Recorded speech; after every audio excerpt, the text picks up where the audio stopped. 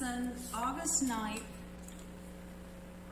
2021 regular planning commission will now come to order. This meeting is live streamed and recorded on YouTube. Beginning in May, this meeting is also held in person at City Hall Council Chambers. Currently, masks are required.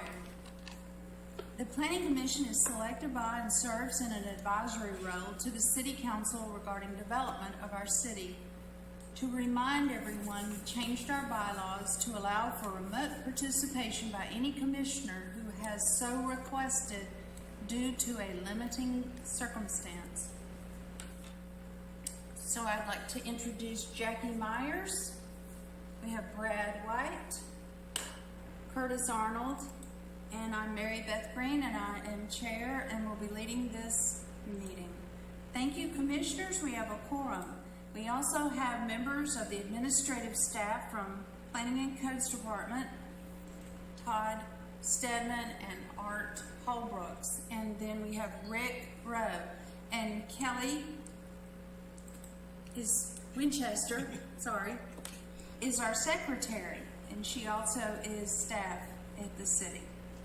I just want to make a statement first that I think is very important as your chair. It is a sacrifice to serve as volunteers on boards and commissions, and I appreciate everyone that does that. From my perspective of working on the Planning Commission for almost 10 years, I have presented a list of my personal concerns to city staff and the mayor regarding having 4 commissioners all serving on a committee together with voting rights, and also on the Planning Commission with voting rights. My conclusion, let me just state first, is that these officials, I believe, will make wise decisions regarding these issues. My concerns have been this, and they may continue, so I'm trying to think in terms of the future and the present. Not all commissioners may participate and vote in the next committee meetings that are also called Planning Commission. The chairman of the PC cannot be on the next committee, and also we have Curtis Arnold nor Nathan Clark are on the next committee, Planning Commission. That's my first issue. The second issue is the participation by Planning Commission started as a representative from the PC to the next committee by vote of the commissioners, or basically a consensus of opinion. And we chose Larry Allen. Then later I was called by Bob Brookover, who was looking for another person, and Elaine was mentioned, Elaine Richardson, who is also present remotely. Then I'm not sure when, but Brad White and Jackie Myers were also added, and I'm not trying to besmirch anyone. These are just things that happened. I agreed with them at first, but I think they continued a little bit too long. And I thought it was a good idea at first, and then because I thought that the persons on the Planning Commission who have worked hard on the update to the 2024 comp plan on land use, housing, and traffic could be very valuable to the implementation of the next committee. The PC, though, is an autonomous group, and its independence is required so that it is not a rubber stamp of the City Council. To have 4 members participate with voting and speaking rights on next, and also participate on the commission with voting rights and speaking rights, the influence of the next committee could possibly be considerable, making those 4 members no longer objective as commissioners in thought or even appearance, and I mean actions. The Planning Commission voted recently 3-2 regarding making a PD having no minimum acreage. Those voting to accept those considerations are voting and speaking members of Next. Those commissioners disagreeing are not members of Next. The Next committee now represents a major block on the PC. Larry Allen was not present, so he did not have a record of his vote for the dispensing of the 2-acre minimum. The voting by council and next members of the PC are also marked by the lack of influence of a legal report by Mary McCormick. It is most unusual in my 10 years on the commission for the advice of the city attorney to be disregarded by the PC. Only 2 times over those 2 years did the city attorney request an executive session with the city attorney and the PC joined. The result of both was to follow her advice, and that was Kay Barrett. The members on next have changed wording of Ordinance 1, stating that it did not represent the meaning of the discussion by either the City Council or next. Either way, the PC is not to be a rubber stamp, but to outweigh all information to make the best decision in its advisory role. I'm sorry, not outweigh, but to weigh. One source even states that the PC is not elected and therefore can be objective. The PC exists because the Enabling Act requires it. The comp plan also exists for that reason. PDs, planned developments, have a practical definition and a reason for existing. Maybe we each need to read aloud Mary's report, and whoever decides not to abide by it, write their own report to rebut it.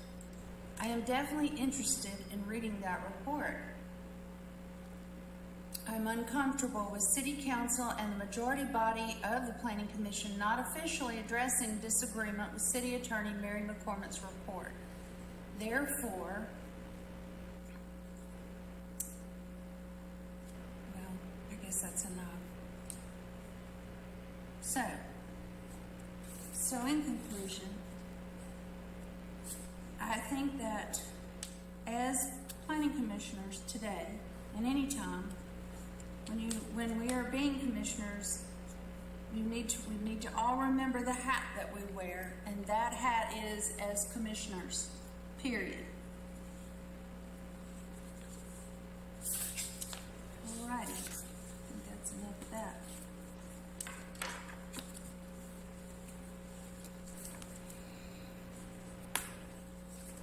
Gotta find my second page.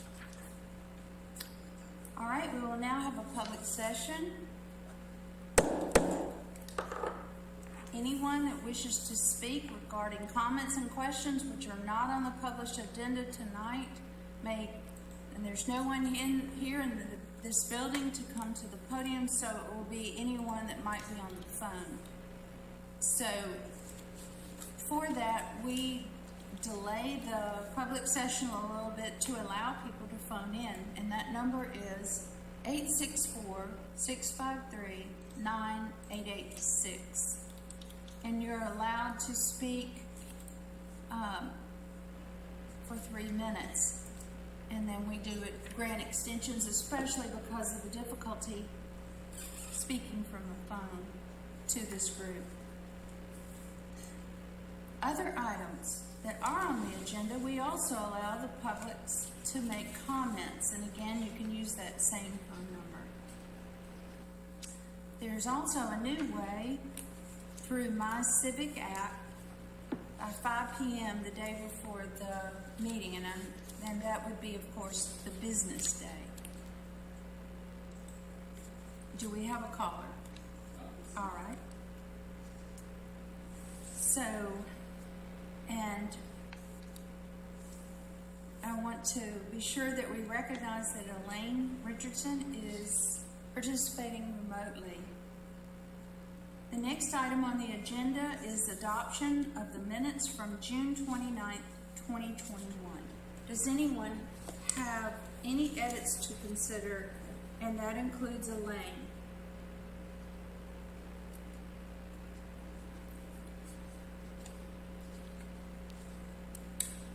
May I have a motion regarding the minutes of June 29th, which was a special called meeting? I'll make a motion to accept the minutes, special called meeting. Thank you. A second. I'll give you a second. Okay. The motion has been made and seconded, and so I'm using voice votes. All in favor say aye. Aye. Aye. And Elaine?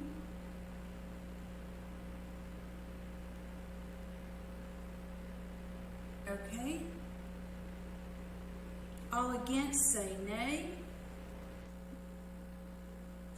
And Elaine? Okay, we have not heard from Elaine. Okay, the vote is 4-1, with one being inaudible. So the minutes from June 29th are accepted.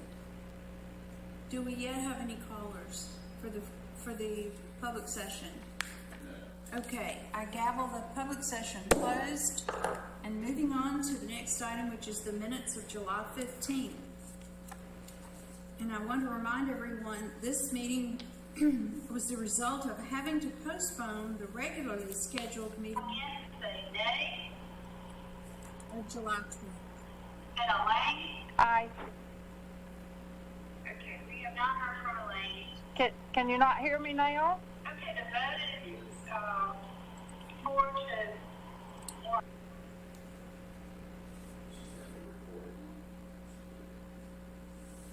Okay. I think she had on YouTube. Yeah. I'll send her an email. Okay, I need to move on to the next agenda item is the minutes of July 15th, 2021, and I was saying that this meeting is the result of having to postpone the July 12th regular meeting until 3 days later so that we could have a quorum. Are there any edits to consider?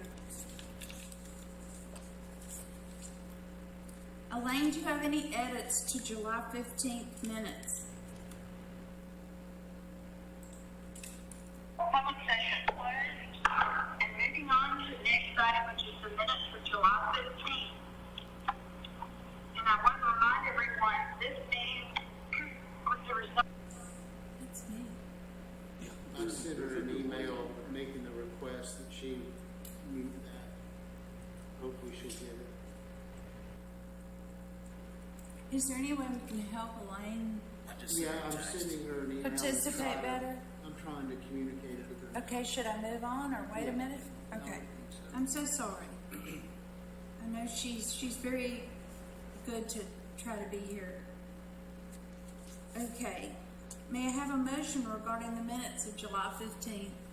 No, I'll give you a motion to approve the minutes as they are written for the July 15th meeting. The amendments? The minutes. Oh, sorry.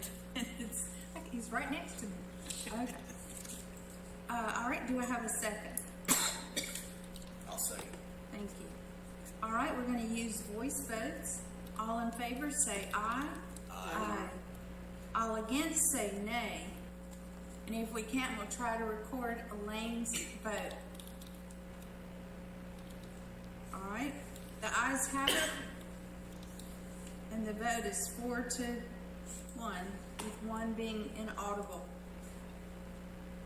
The next action is under 4A, and it's consideration of changes to 2021 R03 proposed text amendment RM1A in parentheses. Who is prepared to speak? It's my understanding commissioners need to be prepared to vote. Is that correct? Thank you. Yeah, this is an action item.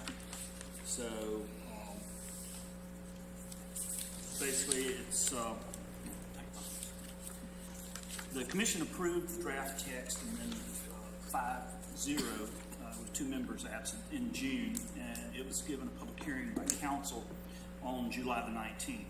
Following the hearing, council referred it back to the commission for consideration of a new title and description that would more accurately reflect the proposed district's current standards. And as a reminder, RM1A and the associated description were based on those of RM1, two-family residential district that permits patio homes and zero lot line developments, both of which are no longer proposed for approval in the draft.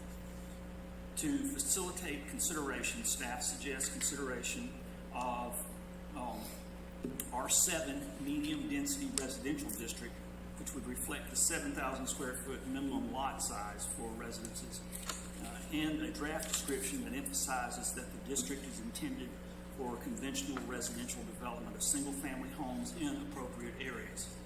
And no other changes are suggested to the draft approved by the Planning Commission at this time. And I'm not sure if Todd has anything else to add. The only thing that I would add is that one of the requests of a member of council was to consider standards for RM1A. We currently do not have any standards to speak of for single-family homes. In our traditional zoning districts like R20 and R12, we don't get into what the architecture can be like or how many windows you have to have or the colors or anything like that.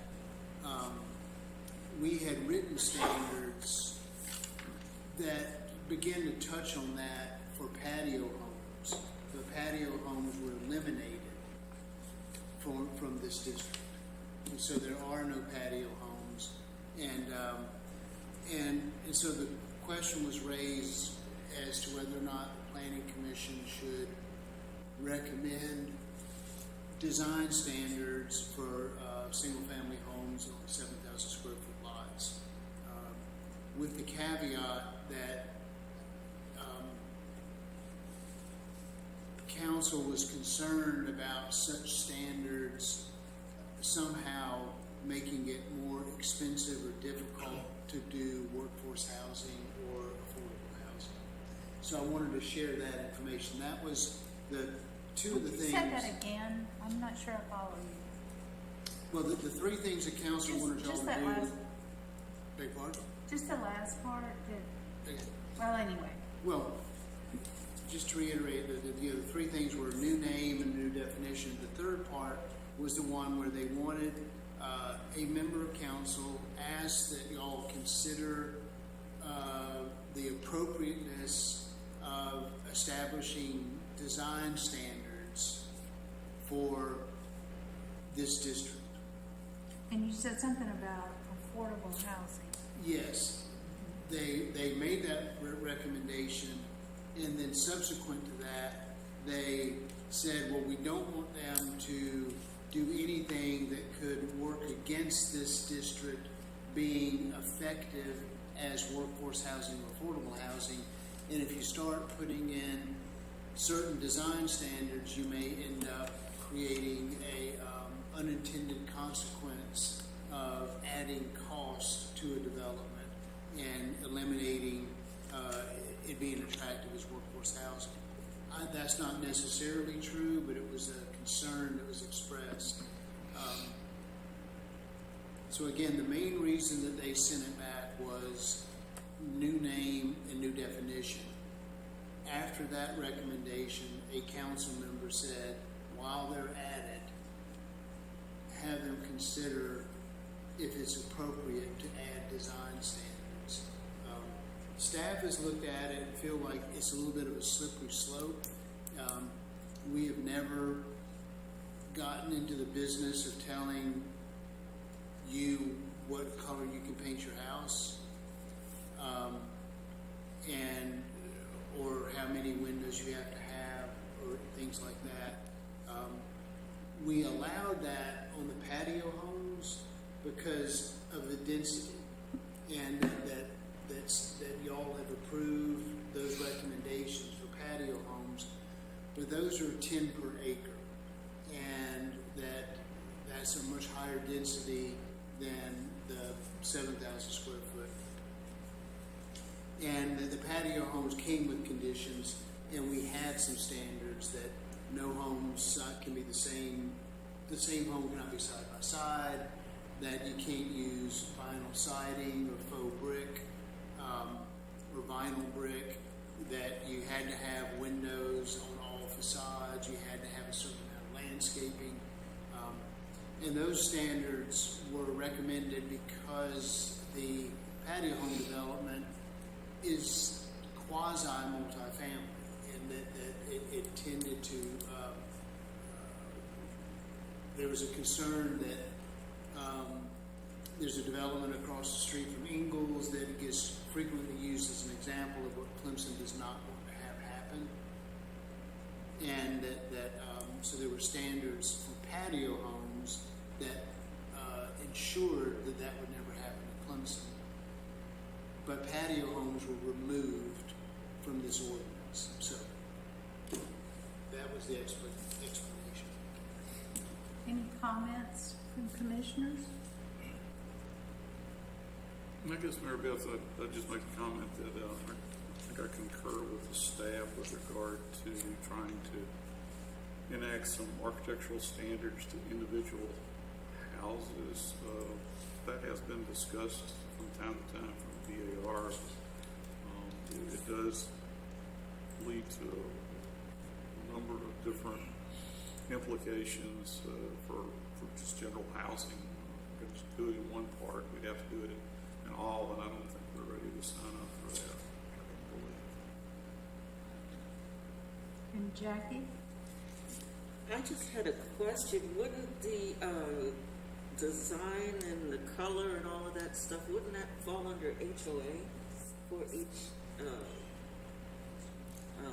neighborhood or area? First of all, not all neighborhoods have an HOA, and second, the city of Clemson does not administer HOA guidelines. And that's what I'm saying. Why would we need to do it with the HOA code? That was just a question or Yeah, I say, consideration. correct.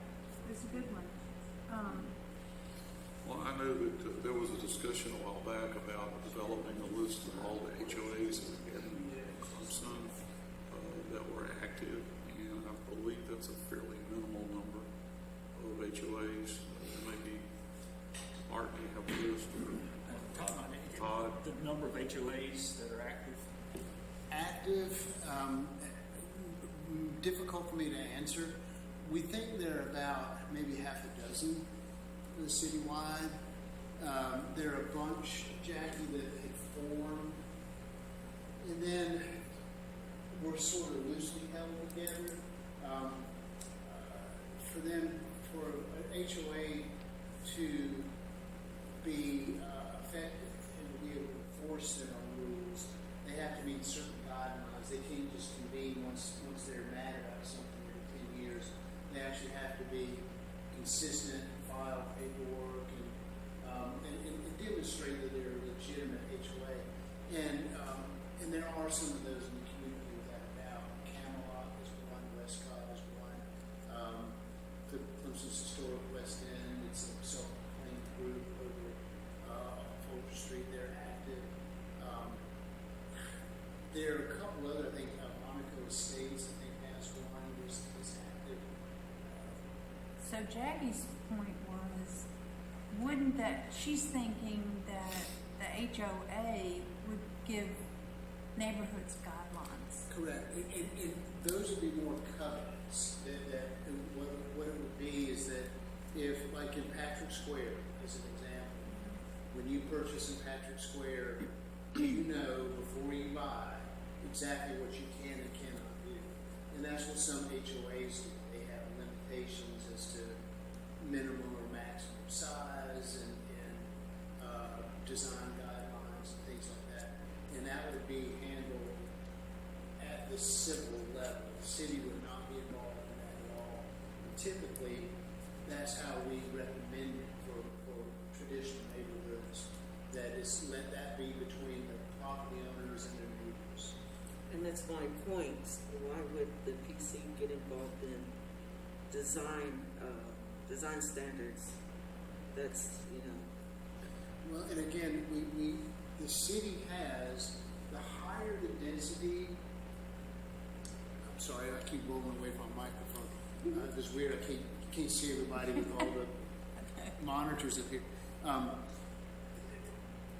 As a general rule, the higher the density, that the greater the concern of protecting the neighborhood.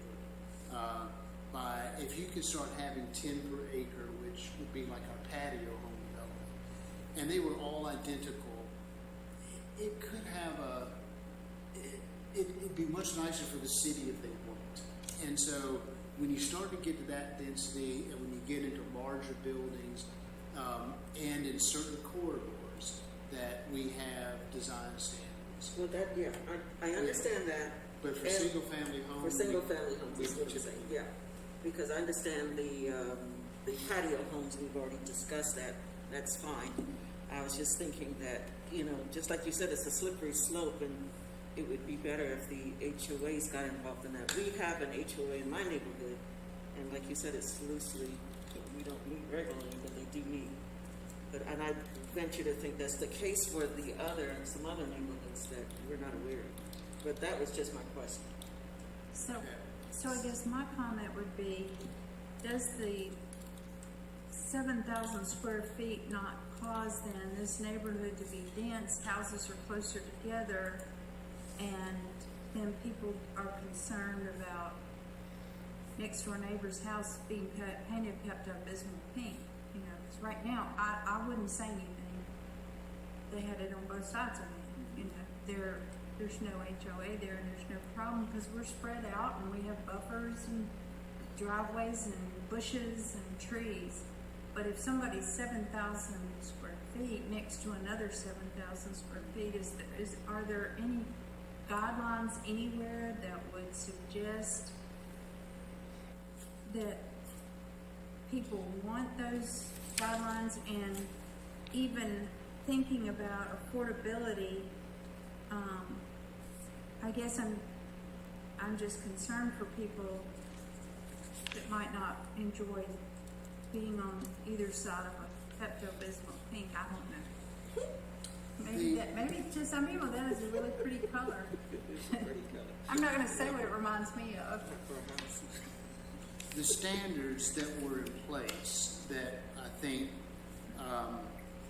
the Planning Commission and members of council felt like were good ideas for patio home developments include the following: that no identical homes shall be side by side.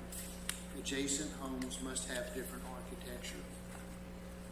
Vinyl siding or vinyl faux stone or brick shall not be permitted. Homes shall have windows on all sides, and any street-facing facade shall have at least 2 windows, and then homes shall have a minimum of 2 shrubs and 1 tree. Those were the standards for patio homes, or some of them. There are a lot more. Those were 2 of about 25 standards for patio homes. So is there a comparison, like just say Greenville, for 7,000 square foot lot? And do they have standards, or are we going to force people to spend too much for their homes? I don't know,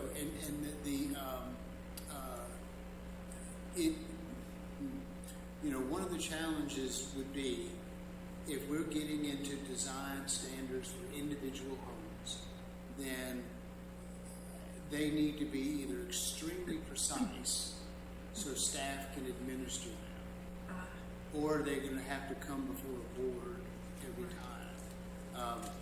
The ones I just cited are relatively general, but I will say this: a neighbor of mine, a tree fell on her house, and last year, and it took her a while, but she's rebuilt. And I was over there the other day, and she does not have a window on one side of her house. For whatever reason, it's not unattractive. This was the way she designed it, the way she wanted. I don't know, but I think it's because of the activities going on the other side of that. She did not want anybody to be able to see in or have to look out at what was happening over there. Anyway, and it struck me, this is interesting because it was an otherwise attractive home. Had I not walked around on that side of the house to look at a tree on her behalf, I never would have noticed that. But there's an example of that person would not have been able to build the house she wanted if these standards had applied. And that house is actually on probably about an 8,000 square foot lot, because it was a non-conforming lot of record in the neighborhood that's in. Anyway, to me, of all these things, the one that I think might be worth considering, because you're moving into higher density, and that typically in R7 that there is not going to be a tip. One or two things is going to happen. Somebody's going to build all the homes. There'll be one builder that builds them and sells them, or they'll sell them individually. People can build them on their own. If they're going to do them on their own, my guess is the likelihood of identical homes being side by side is pretty slim. If a developer was going to build them all and then sell them, they might find it easier just to do a cookie cutter, because you got the same crew building the same house side next to each other. So all these things, the one that would be relatively easy and obvious would just to say that no identical homes should be side by side. And that's something that could be approved at the staff level, that if somebody came in and was showing something that was identical to what was beside it, we'd say that that's not allowed. You need to come up with a plan. And that even, like at Patrick Square, they have floor plans and they're just reversed. So you've got the entry porch on the right-hand side, and then 3 houses down, it's an identical house, entry porch on the left-hand side. And that can make a big difference in how it feels. And they're different colors and maybe different roofing material. So there are different ways to accomplish not being identical without adding cost. So is Elaine available to? I've asked her, I've been trying to communicate with her. She says she cannot hear me. And that she says she can hear the meeting now through a remote link, and she can see what Rick is projecting. And I've asked her to send her my phone number and said if it has something she would like to contribute, then I'll be happy to read it and convey it to you all. I just heard some stirring as if she might be able to speak or participate now. Can you hear me now? Yes. Yes. Okay. So my concern with this and looking at this R7 and your comparison to Patrick Square and all of that is I'm not sure how beneficial. I see our biggest concern is how do we increase the amount of affordable or workforce housing. I don't see how R7 is going to help us get to that, because, Todd, maybe you can answer this question. What size are the lots for the homes that are being built in Clemson Cottages on Pendleton Road? Those are more like 4,000 and 5,000 square foot lots. The first phase of Yes. being built now, yeah, there's a couple of outliers a little bit larger than that, but most are. Yeah, the Patrick Square, Clemson Cottages are all that. The R7 is probably a little larger than you would want to really encourage workforce housing. It's better than R12, but an R6 or an R5 would probably, that seems to be the size that most developers are finding as their sweet spot. The Grange, the project going on off 123, 4,000 to 6,000 square feet was the lot size. Patrick Square's 4,000 to 6,000 cottages. That's all the size. Do you know what their price point's going to be? Because that's a concern about Clemson Cottages and Patrick Square. I haven't seen, for the most part, anything below $350, and most of the ones going on in Clemson Cottages now, I believe, are plus or minus $400,000. That's not helping us any in filling in that need.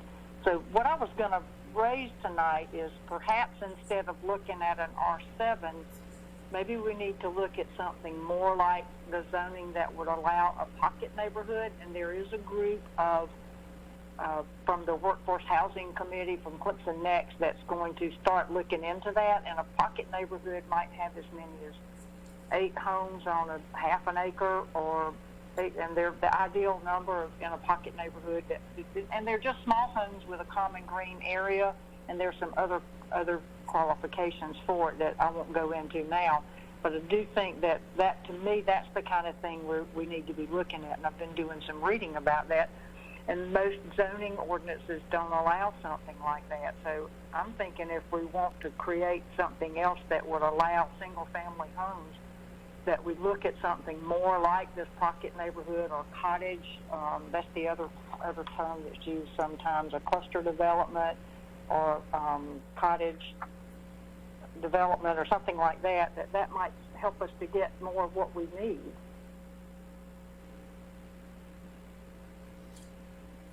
Yeah, I don't see these as mutually exclusive. I've been in on some of the conversations about the, what you call them, patio home, Pocket neighborhoods. Our current zoning allows them up to 10 per acre. I don't know, we could get 8 on a half acre, but we could, we have a zoning designation that would allow that. The patio home standards allow that. Again, if 10 an acre is an adequate density, not to say that we couldn't create an additional designation that mentioned that or called it out as a pocket neighborhood. But anyway, this R7, keeping in mind that there's we're not rezoning any property tonight.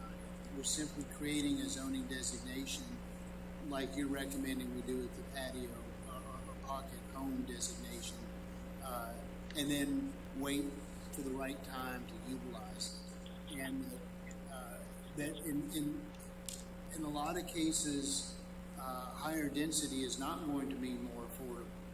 But if you're going to be affordable, it's going to have to be higher density. And so the first step is to have the tool that allows you to do it, and then find the land and the developer and the program that can do it at the workforce housing price point. Okay, and how do you, I'm big on protecting our single-family neighborhoods right now and following what we have, at least at this point, in the comprehensive plan about not allowing infill or rezoning any of our R12, R20. So how if we do something like an R7 and propose that and approve it, then how would we ensure that it's not just a way to get infill? I would say what I would do is trust the planning commission, trust the city council, trust the community to make that decision on a case-by-case basis.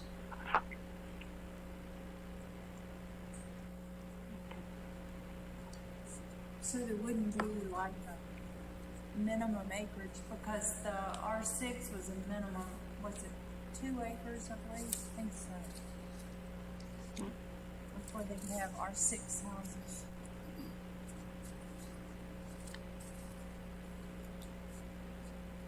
No, there's no minimum acreage. Okay, with the R7. That is correct.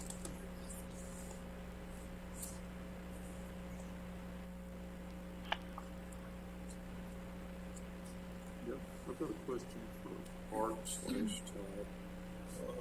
I guess as I understand what's presented tonight is that we defined the consideration that we're making tonight. Basically, RM1A is now going to be called R7. Is that correct? With a slightly different definition that basically removes patio homes from the equation. That'd be a fair statement? Correct. Okay, so I will assume that everything that was listed for RM1A on all the attached charts that came with this particular section 19.301 and 302 tables would become R7 rather than the RM1A as it's currently listed. Correct. So we'd be striking all those and making that R7. That's correct. And essentially, I guess we'll, And even throughout this, I'm sorry, throughout here too, yes, right? it would be every section as I would, RM1A would equal R7. Correct. The R7 was just a staff suggestion because that was one of the requests on the part of council, and that was one of the suggestions that came from council was this is more of an R7 than an RM1A. And so we took that suggestion. If y'all approve that or whatever you decide y'all wanted to call it, that Curtis, you were correct, that wherever RM1A is, we'll supplant it with whatever y'all decide tonight. All right, Elaine, are you finished? And did you hear what Todd said? I did hear what Todd said, and I would ask one more question on page 4. Under the, I'm looking at what we have across each of the rows on whether it's a conditional or permitted use or a special exception. If you look down at the bottom of page 4, about the third row up about public library, it's special exception in RM 12 and 20, and special exception in what's the RM 1 and 2. Why would it be conditional use in R7, but on either side of that density it's special exception? Or is that a typo?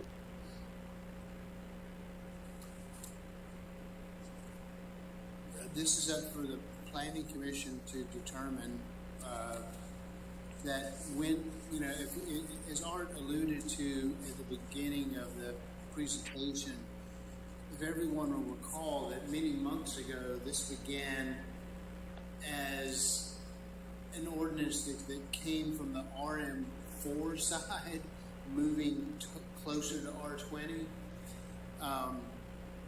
When y'all took out patio homes and made other changes to the lot size, etc., it really began to reflect more of R20 going towards RM4, if that makes sense. And so when these uses were established, that they did mirror more RM1 and RM2 than they did R12. There are a handful of things that are different, but not many. Just about everything that I'm seeing are the exact same as, other than the public library, that are the same as R12. But any of those that you would like to change, all you have to do is tell us what you would like to do. If you'd rather them be conditional or special exception or not allowed at all or permitted, just it's up to the planning commission to make that recommendation. Okay, because we haven't talked about any of these. This is just what was presented to us, and I don't know where all the ones in red came from. I guess planning and codes did that, but I think you're missing my point. Why would a public library be a special exception in R12 and a special exception in RM1, but conditional in this new zoning? I don't have an answer for you, Elaine. This chart has been presented 3 or 4 times, I think, over the last 6 months. So this has been part of every vote y'all have had. This is not the first time that this has been reviewed by the planning commission or council. So I guess what Elaine's saying is, at least this time, she's noticing that on this smaller plot of land, a library is treated differently. Yeah, my guess is that one right there. The same with we were. That could go either way. And if you wanted to make public libraries a special exception, that'd be easy enough to do. And above it, where we have the private public recreational facilities, which are conditional uses and RM 1, 2, 3, and 4, with special exceptions in R20 and 12. Again, this one linked up more with the higher density or medium density, but we can make that a special exception. And other than that, I'm not seeing any that are different. I mean, if I'm understanding you correctly, Elaine, your preference is to align all of these with R20 and R12, in which case the two changes would be public libraries would be a special exception and public recreational facilities would be a special exception. Everything else is already consistent with R20 and R12 of the other 40 or 50 uses listed here. Yeah, I guess I was questioning why that not that particular case. And I'll admit I have not looked at this line by line by line on every time we've seen it, but that one just jumped out at me this last time. That makes me think that's a typographical error, because on either side of it's a special exception. Why would you make it a conditional use in this new smaller one? But I agree. I would like to see, as we go through these, that all of these T's and C's and special exceptions match up with what's on the straight residential rather than in the RM districts. Okay, so that would be, so that means, and the other one is that we would eliminate care facilities for the elderly, because those are not allowed in R20. Right. So that would no longer be allowed. And then, in fact, Child services, there's another one on child services on the next page. And why wouldn't you allow honeybees as conditional in this new R district? See what I'm saying? I'm just trying to match them up with those a little bit better. Since they're single family neighborhoods, you could make single family homes. that if you wanted to, you could make the motion that to include that, just to say that. Okay. Before we make a motion, we need to just double check that the public is not calling.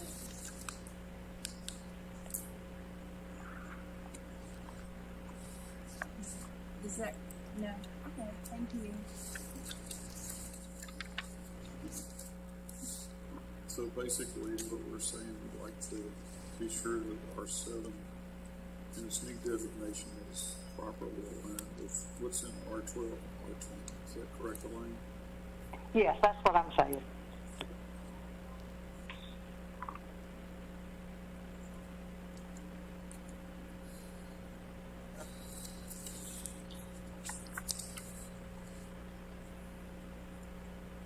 You get 3 locations where that's changed. So we get public recreation facilities, public library, and also conservation development. The community care facilities for the elderly.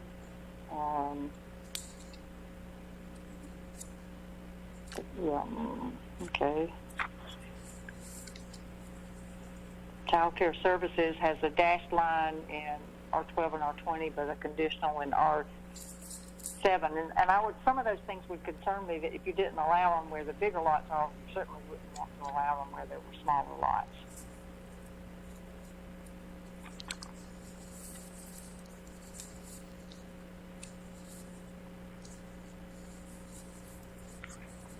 So do you want a motion for that, or do we need to wait until we've decided if we're going to even approve, send forward a recommendation for R7?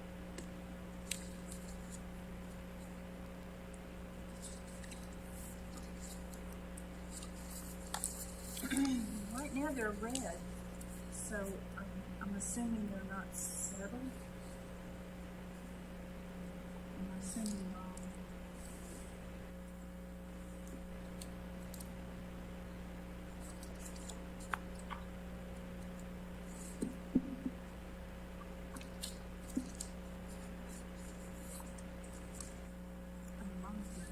library has traffic.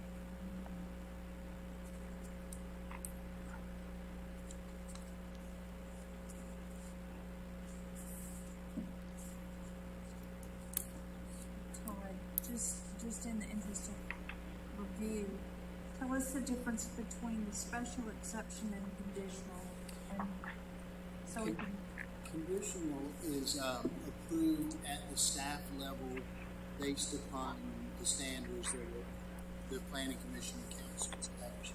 A special exception comes with standards, but they are reviewed by the Board of Zoning Appeals, and that they have to grant the special exception after hearing the petition for the use. can you think of a reason that we should leave it as is? I think that, you know, to me, since you asked, that, you know, the two that I would probably continue to allow would be the care for adult care homes and elderly care homes, just because the need for these are so prevalent and exclude that from an area. But to Elaine's point, that would not be consistent with what we allow in R20 and R12. So you can make an argument or a case for it either way. On the others, the recreational facility and the public library, I would have no problem with those being special exceptions and have to be brought before the BZA. Okay. Because, they both have some traffic and parking issues. Correct. And certainly with 7,000 square feet, you've got a little bit of an issue, Right. all right? Does anybody else have some questions about that? Since Elaine has brought this issue up about consistency.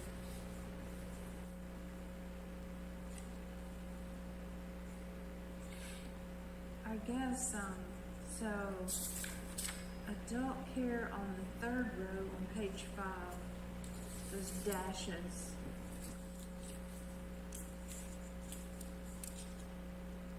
So we're saying that's okay?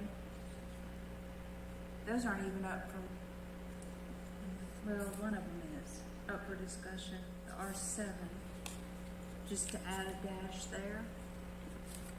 And then 6 or fewer clients, those look good. So I'm wondering, the am changes- I missing where you're reading? The only changes that I would see would be from the top, that Of page 5? page 3, Oh, that we would, just to verify, that patio homes, 0 lot line would not be allowed, that community care facilities for the elderly would not be allowed, public recreational facilities would become a special exception, public libraries would become a special exception, child care services for a child care home for 7 to 12 children would not be allowed, and that honeybees would be allowed. And if we did those changes, they would be consistent with everything listed in R20 and R12. Todd, the only other one I have a question about is conservation development. Could you kind of explain what that is? Because those are special exceptions in R12 and R20, but it's listed currently as conditional and where R7 would go.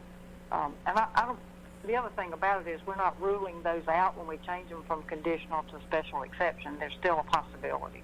Well, these were being stricken altogether. The ones that you are, the patio home, 0 lot line, they are not allowed. Right. Period.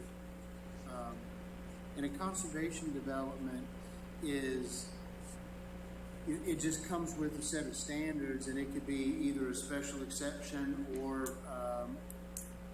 a conditional use, which is the way it's shown now, is as a conditional use in the other districts. But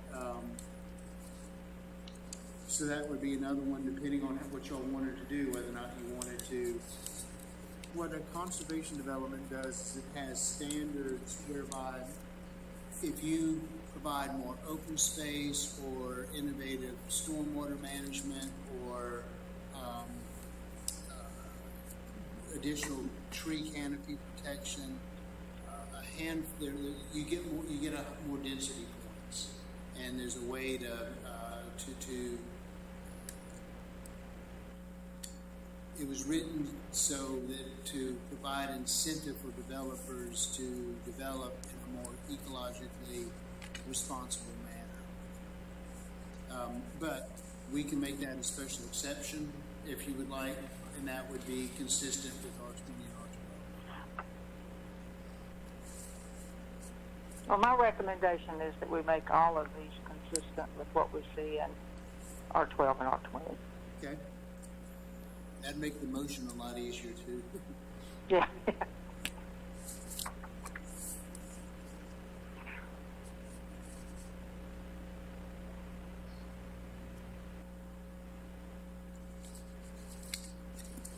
All right, then, any more questions? Does anybody have a motion to make? That includes you, Elaine? What, do you want a motion for the R7, or do you want a motion for the permitted versus conditional use? I don't make the determination of what you decide. This could all be in one motion as a suggestion. Someone could make a motion to accept the name change to R7 using the definition that staff provided and modifying the allowed uses to align with R12. And that would be everything we just talked about. Okay. Anybody want to venture into that territory? I'll branch out and give you a motion. All right. I'll give you a motion to accept the revised definition for medium density residential districts not to be construed to be identified as R-7. We'll accept the title and definition as proposed in our paperwork tonight. Also, I don't think we talked about it, but the 19-107 exception is also, we changed that word from persons to occupants, and that will still be the same. With a line, the new R7 designation to be the same as R20 and R12, and particular line items that we have said that we need to realign from the handout from tonight, and I'll go through them to be sure there's no exceptions. Under residential development, various patio home development will be stricken, zero line lot development stricken. Conservation development will be changed from conditional to spatial exception. Page 4, under community nursing residential care facilities, community care facilities for the elderly will be stricken from conditional to not allowed. Under public recreational facilities, we'll change both the public recreational facilities active to make that special exception. Under general government, library, public library goes from conditional to special exception. Over on page 5, under residential accessories, uses and or structures under adult care services, we'll ensure that for R7 is not allowed for adult care services group, adult home 7 to 12 clients, and also under child care services group, child care home 7 to 12 children. That will also be not allowed, and the conditional will be stricken from our regulations. And those are all the changes, and also all of the headings for all of the charts that came with this particular handout will be changed from RM-1A to R7.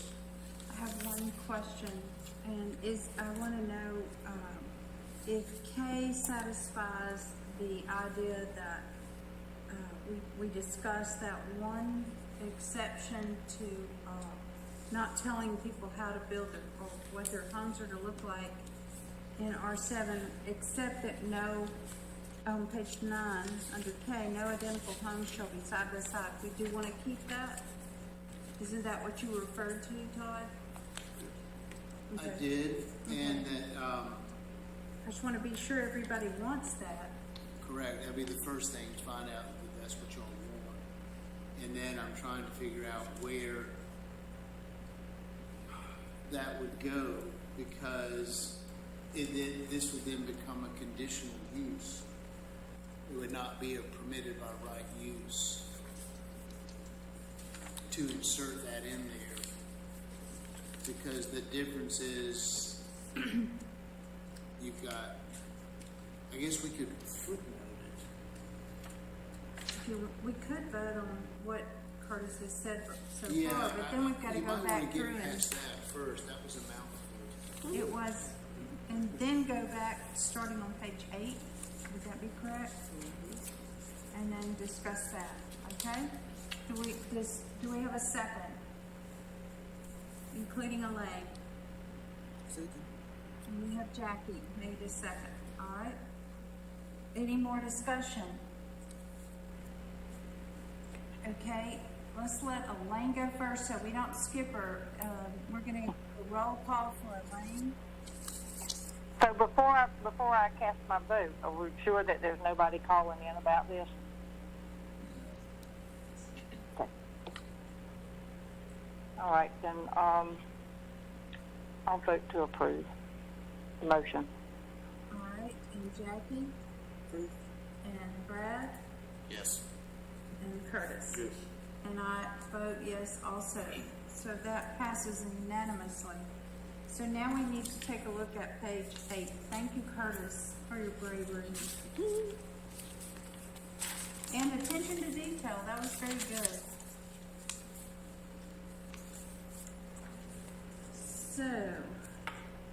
So I guess the first thing on that page is that the conditional use standards, the first item will say, is that right, R7, or is just gone? I think the way to handle this, that all the content that begins on page 8 and going forward relates to, and was put into this ordinance in relation to patio homes. And that, or at least the conditional use standards for patio homes. My understanding, and from our last conversation with the commission, was that those standards have advanced, but they do not apply to R7. They apply to RM1, 2, 3, and 4, where patio homes are allowed. So if the planning commission was interested in taking the item K on page 9, we could make that not a condition, but it would be, well, it would be a condition, but we would have to footnote it. You know, for the residences in R7. Correct. I They think, know that they have to conform to that. and I'm trying to figure out which item, because it wouldn't be the tract area, it wouldn't be the lot area minimum, the lot width. Oh, okay, that's what you're talking Maybe the structure height is the most logical, because it's the only thing that deals with the structure. And then we could add a footnote that says that no identical home shall be side by side. Again, the Pandora's box will open up. We don't know where R7 might exist. It could abut an R20 neighborhood. It could abut an RM4 or a commercial. I don't know.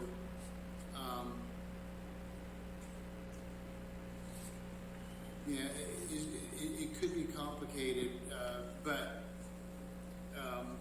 So you certainly couldn't build similar to what's already there if you were going to put this language into the ordinance.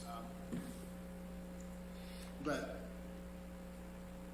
I think the way to do it would be, if y'all wanted to, would be to take no identical home shall be side by side.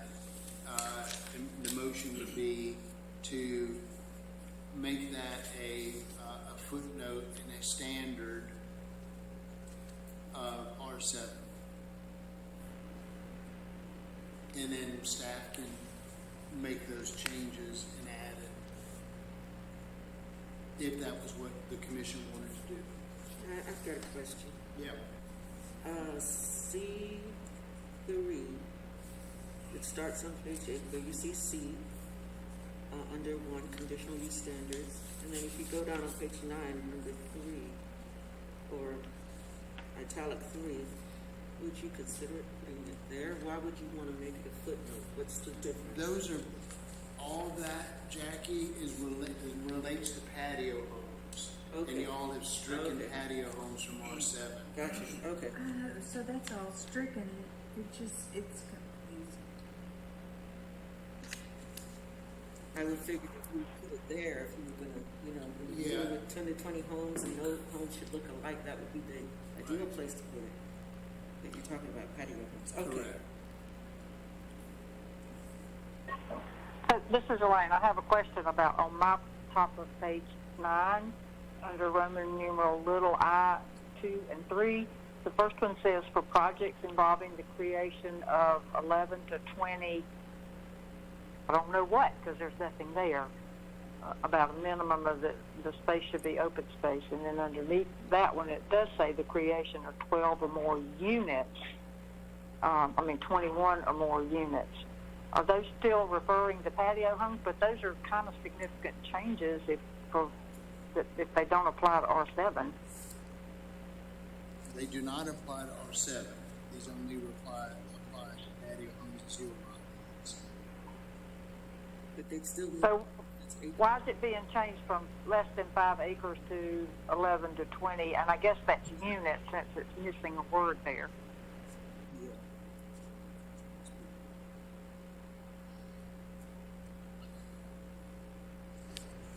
I'm just asking why that change was included about taking out the less or greater than 5 acres and changing it to 11 to 20 or 21 or more units. I think the rationale was that that was the more critical factor, was the number of units versus the number of acres. And that's this has gone relatively unchanged for a while, so I can't recall, because this was originally introduced about 4 or 5 months ago. I think March maybe, or March seems right. and that, but my recollection when this was drafted was that, and this recommendation was made, was that creating standards based on units was more valuable than acreage. Okay, so, but could I ask that we add units to that first one where it doesn't have anything? It just says 11 to 20? Yep, Okay, thank you. you're welcome.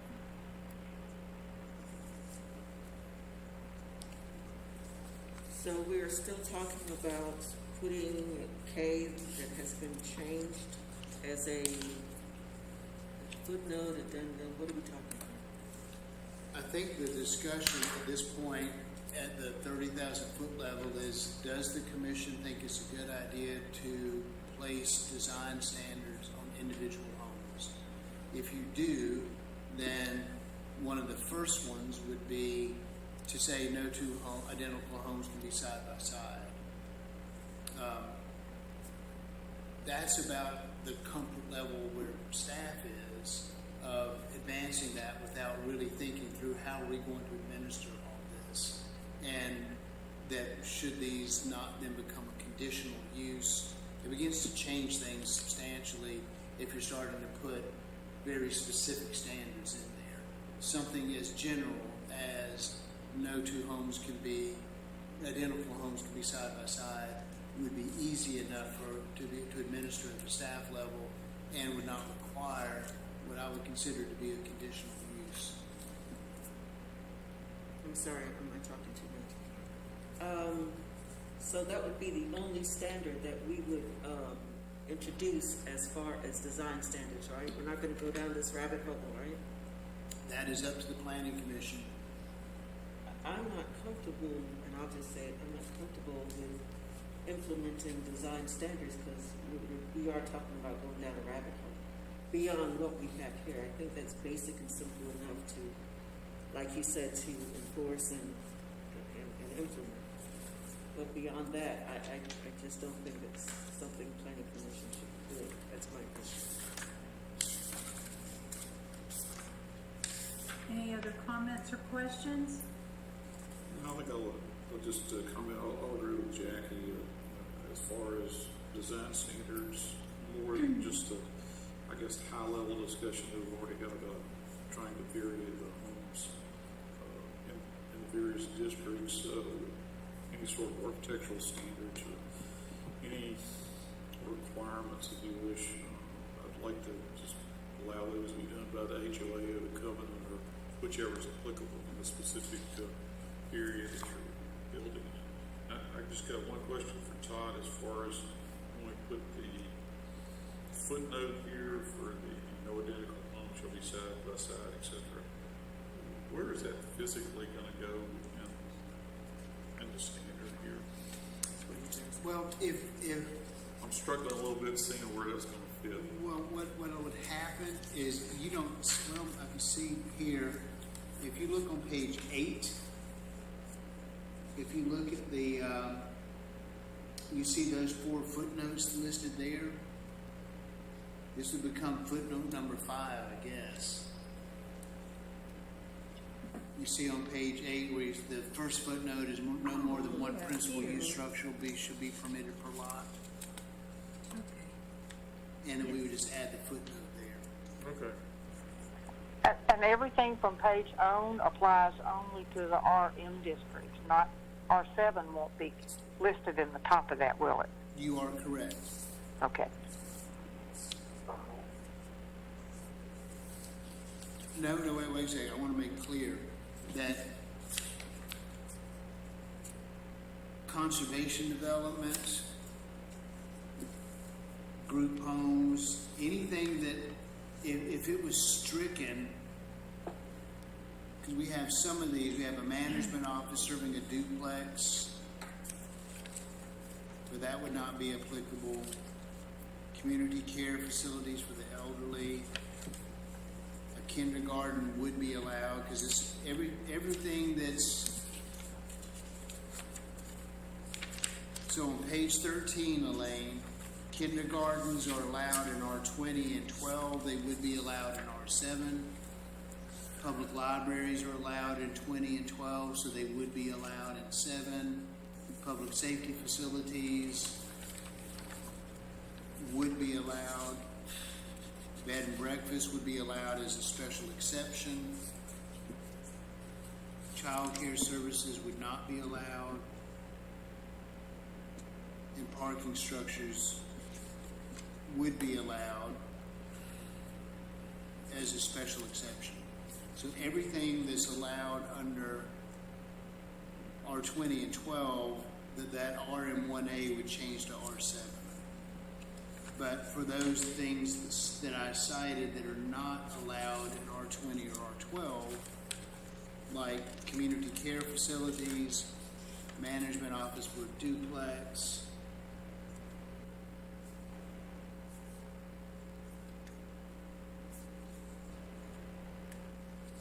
I think those are the only ones that would be removed.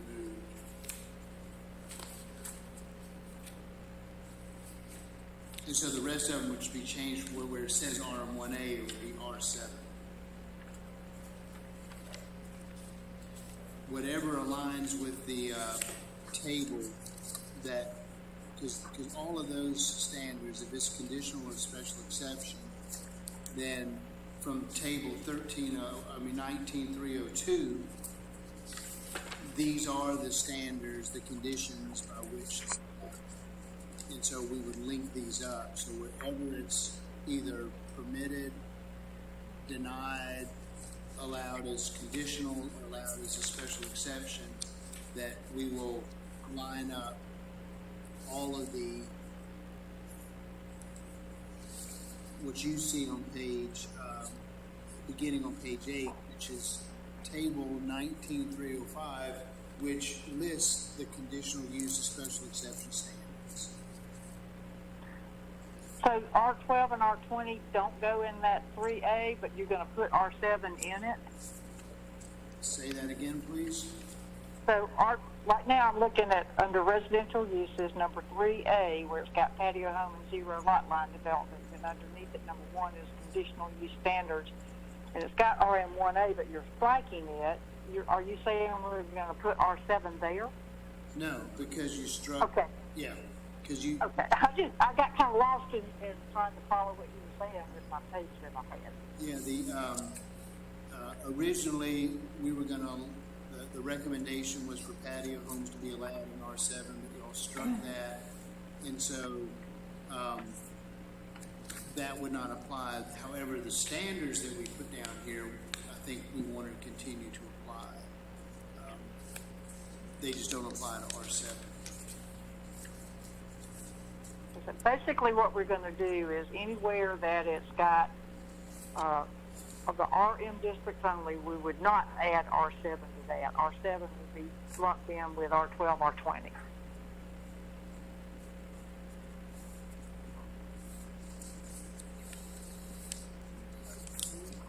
What we will do is we will use table 19302 as our guideline. Okay. Because y'all have already made the request and the motion that all of the uses in 19302 align with R20 and R12. Based upon that, if it is an allowed use, either permitted conditionally or by special exception, that we will then include those standards and add R7 to those standards. I don't know if that makes sense, but if you look on page 13, where kindergarten is allowed as a special exception in R20 and 12, it will also be allowed as a special exception in R7. In that case, where you see RM1A, it will change to R7. Under Okay. if the section above it, Elaine, where it says community care facilities for the elderly, y'all just struck that and said we're not going to allow that in R7. And so that RM1A would just go away because it only applies to RM1, 2, 3, 3.5, and 4. So what we will do is align all the conditional, permitted, and special exception uses that y'all have approved in the table. We will then sync up on these standards to make sure that we've listed R7 in all the appropriate places. Okay, that makes sense. Thank you. Thank you. All right. Who wants to, do you have any more questions? Do you have any more edits? Comments? Who wants to try to figure out how to make this motion? I'm not sure what kind of prize you need to get. Maybe a gold star. I'll go for the gold, I guess. All I think right. I've got it all marked here. Go for the Okay. gold. All right, I'd like to make a motion that we amend Article 3, Residential Districts and District Regulations, Division 1, Residential Districts, Table 19-304. The footnotes to that table that are currently on page 8. And we'd like to add footnote number 5.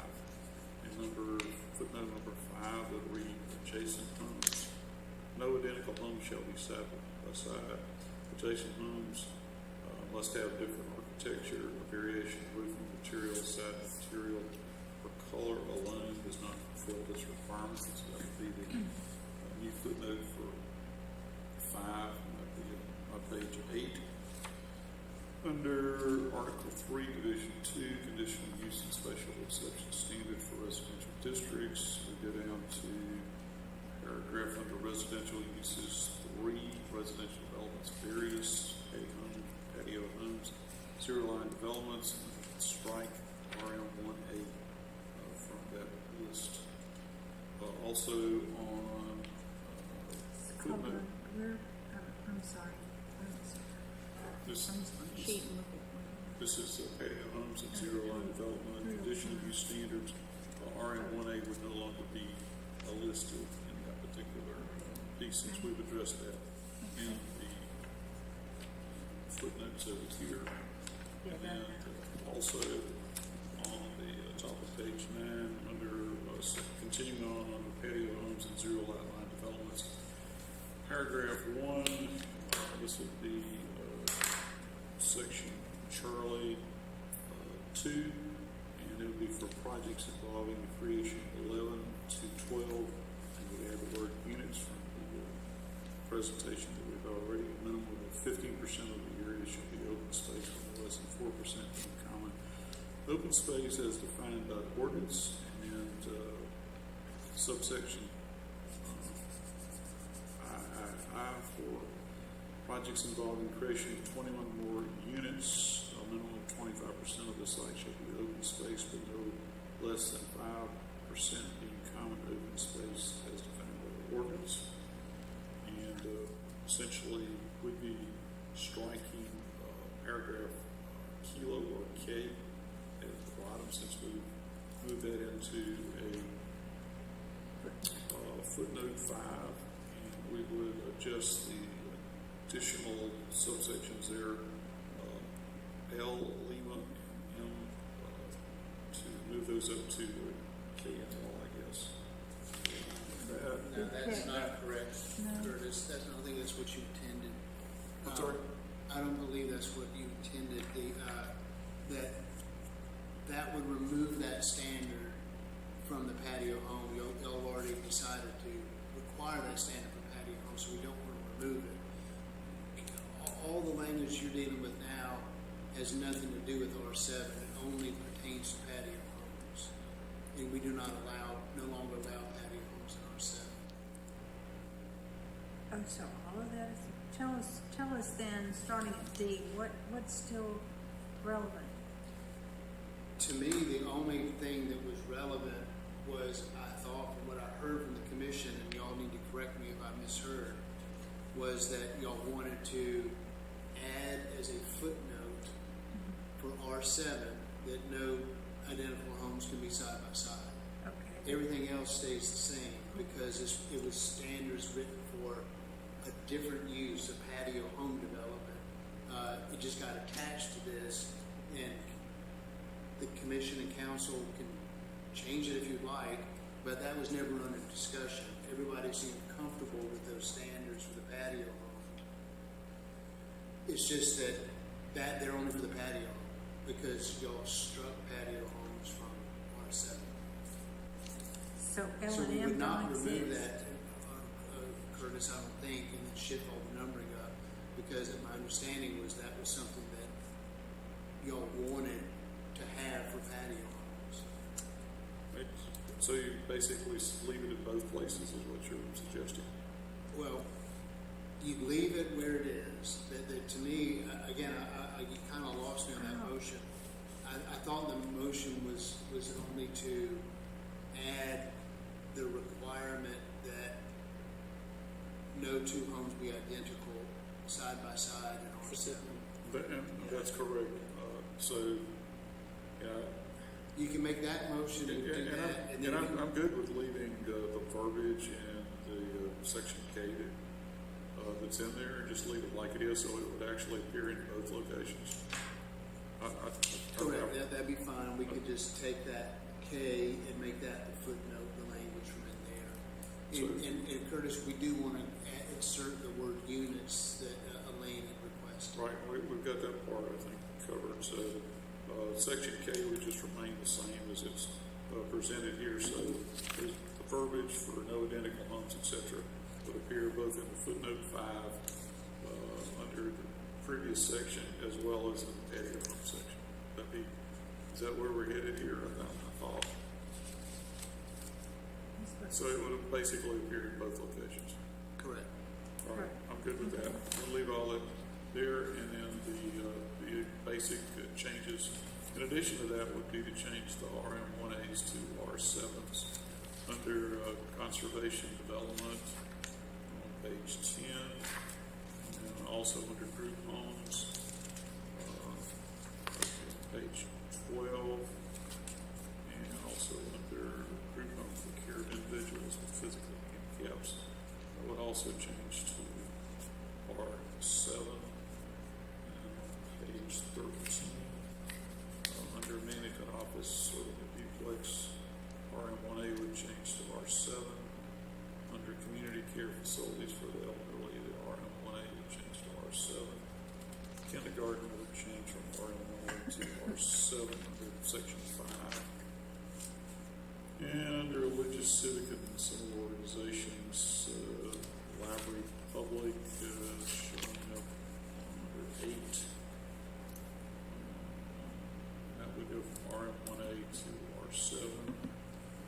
Public safety facilities, including police, fire, etc.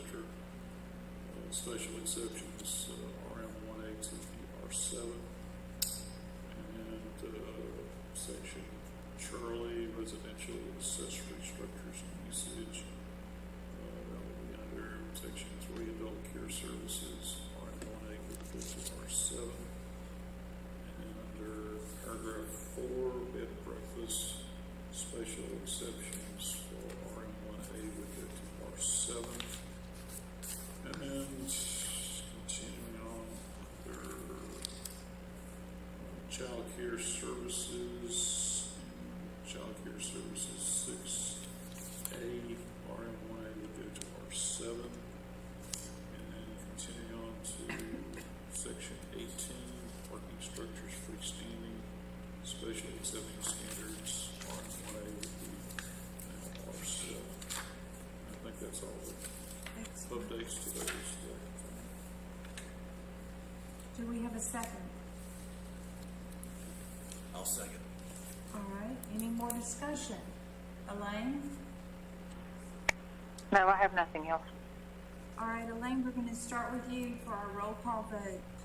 How do you vote in this, on this? Yes, Right? yes. Jackie? Yes? Brad? Yes. Curtis? Yes. And I also vote yes. So that item passes unanimously, and thank you for breaking it into 2 parts. All right, we have action item 4B, consideration of proposed amendment to rules of procedures. We have beat those up this summer. We kind of had to, you know, they changed a lot on us, so. Okay, basically, the proposed change will clarify the time frame for staff to be able to distribute comments they receive from the public to members of the commission. As proposed, section 5 of article 5, conduct of meetings, on page 3 and 4, would be amended to include the statement, written comments will be forwarded to the commission if received by noon of the day preceding a scheduled meeting. And I have 2 other comments from staff that, first, I think it was a typo. It should say to the commission. And I would also like to suggest that it be the business day preceding a meeting. And this is an awkward thing. Of course, we're going to forward anything we get from the public to you all. Whenever we get it, we'll forward it to you without question. What this is getting at is that we have had circumstances where at 4 or 5 o'clock, the day of your meeting, we'll get a 2 or 3 page letter or document. And at that point, it's unfair to y'all to read it. You don't have time to read it. We can forward it on to y'all, but it's more. This is more to help alert the public that if if it's something they really want y'all to consider, they need to give y'all time to consider it. And that was the motivation behind this. We will always forward anything that we get onto y'all. But this kind of guarantees that y'all get it in a timely enough manner to do something with it. Well, even on the special COG meeting started at 5 o'clock, so it was Yeah. kind of like, oops, Yeah. there was 0 time to review it, so. Any questions or comments? Would we be recognized that we have gotten a comment from the public at the next meeting, or how does that go? Because I think a lot of times when people put in a comment, or if it's 2 pages, they're really upset about something, or really want us to know about something. So we should at least acknowledge that we have received it and at least looked at it. How would that happen? Well, again, we do not edit. That if somebody sends us something, we forward it on to all of you. And what then the commission does with it is up to y'all. Historically, if you receive it in a timely enough manner, it becomes a part of the conversation. There are times where you might have received the email before the meeting, but you have not had a chance to even open the email. And so in a case like that comment might be, you all might respond after the fact, either as an individual or as a body.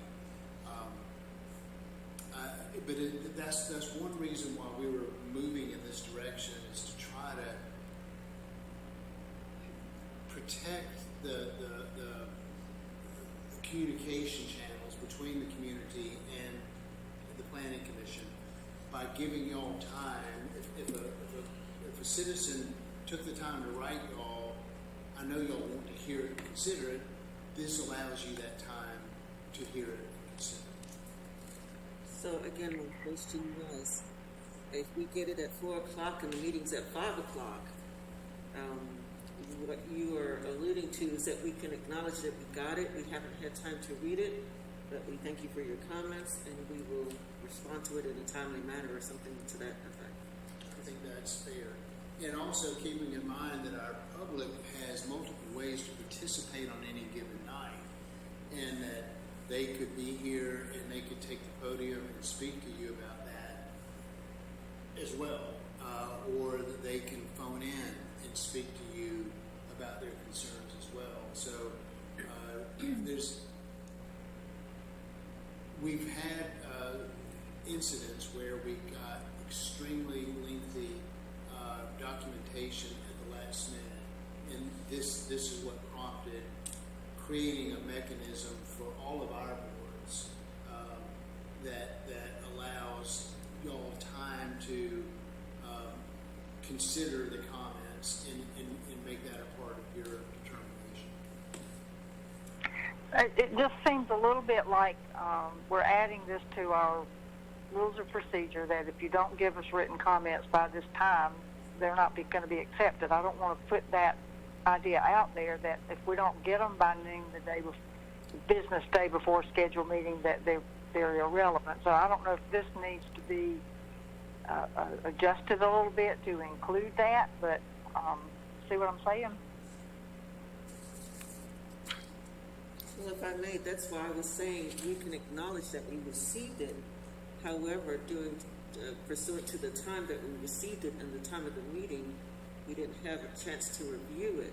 But all comments are taken seriously and considered, and we will consider it at our next meeting, or however we decide to. I mean, I don't think that needs to be written into rules of procedure. I think we can just speak it. It's like, I think Curtis wanted a little bit more formality in the opening of our meetings, and I chose personally not to add that to the rules of procedures, but to just do it. And because to me, at some point,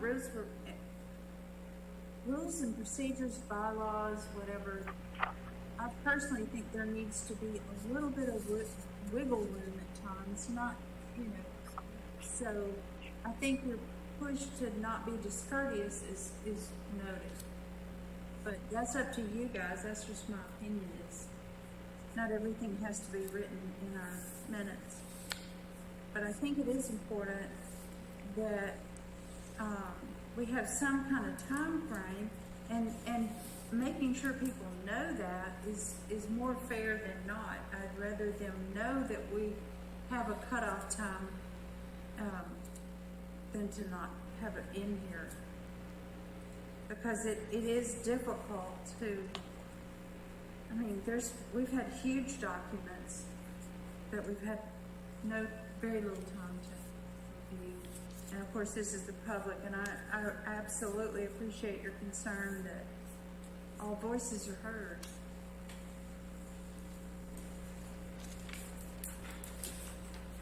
I guess, when this happens, we can make a decision about it if we have enough information. It's not like we're just saying no bread for you today. I don't know, sure, I think that's very courteous. I also agree that we should have something in writing as a guideline. However, how malleable are we on this? Is it set in stone, or we are? Which alludes to what you just said, Elaine. I do believe that we should have something in writing, but also. Well, you're saying other than bylaws. Well. This right here. I agree with that we should have something like this. So the public needs to know. Right. Okay. I know there's some instructions. Let's see.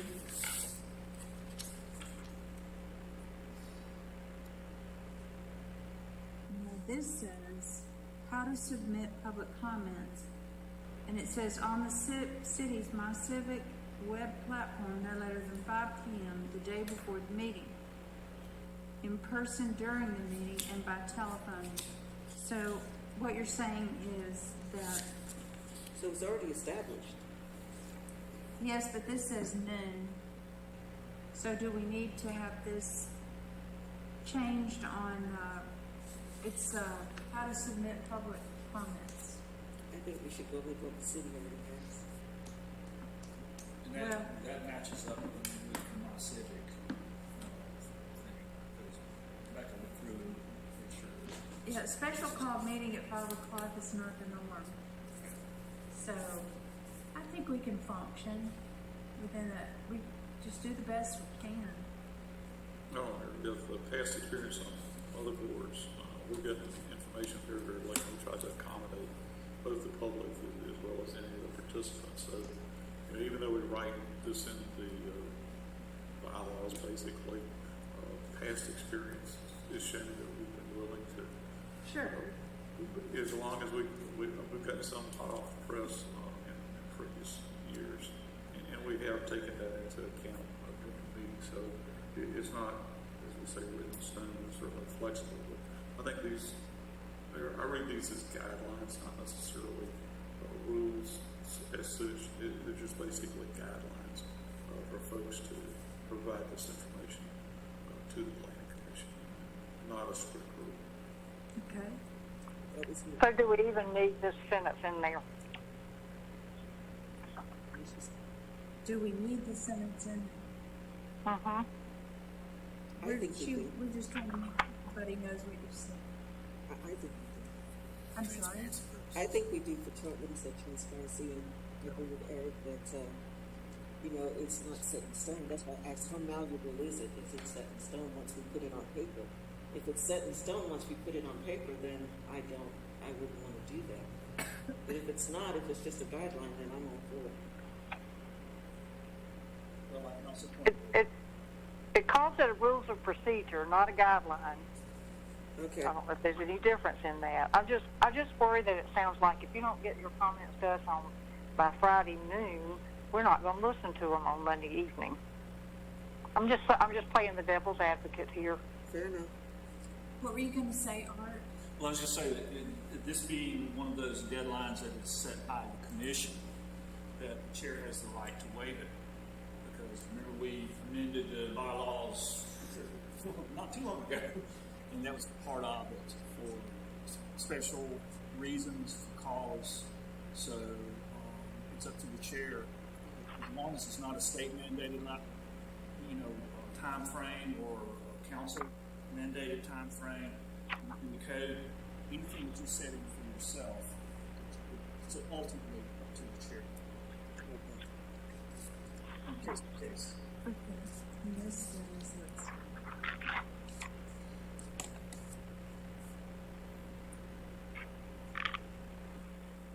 Because I really like this part, speakers may prepare copies of their remarks for attachment to meeting if they do them up that way to bring them with them when they speak, and that's certainly not the business day before, that's right then.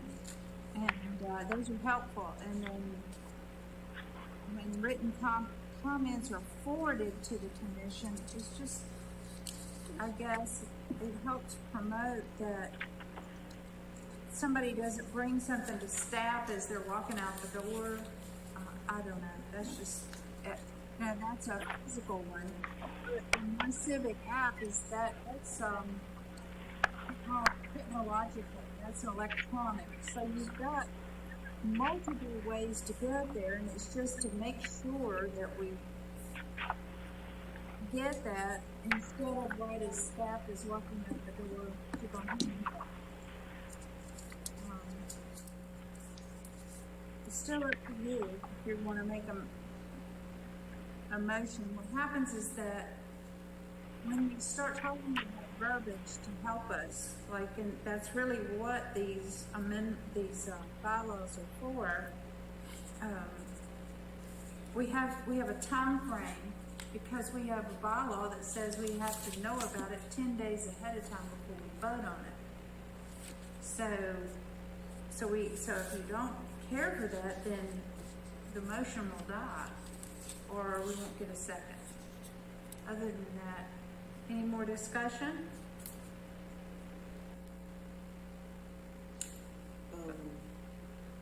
According to what's on the website, are you saying that they changed it to 12 noon, or it's still 5 p.m.? No, they're different things. They're different things. That's like written comments will be forwarded. So somebody brings them written comments, Just wanted to clarify. and they have to physically carry it in here or make sure it's in front of us. That's different from, we also have my Civic app, which can be done at 5 o'clock. So there's like 4 or 5 ways to get your information here, which is fantastic. That was just a clarification. Sure. I think that's a good point. Good question. All right. Does anybody, y'all made Curtis make all the motions, right? Seems like the big one. One quick question, where is that to submit comments on my Civic app, under which category? It is, can you see this? It's on the, No, but I'm looking at my Civic app on my phone. Oh, that's not. All I can see is the camera looking to the back of the chambers. Elaine, it's on the agenda, on the preamble to the agenda, where all the ways in which a person can phone in, participate remotely, make comments, that's where that language exists.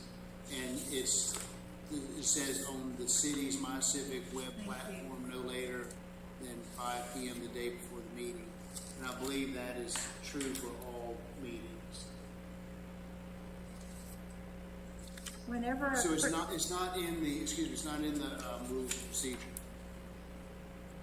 Exactly.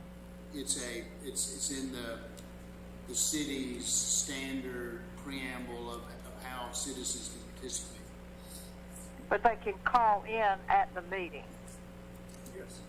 Which is correct, right, for public comment. I just don't see the need to add this to the rules of procedure, but I'll vote accordingly.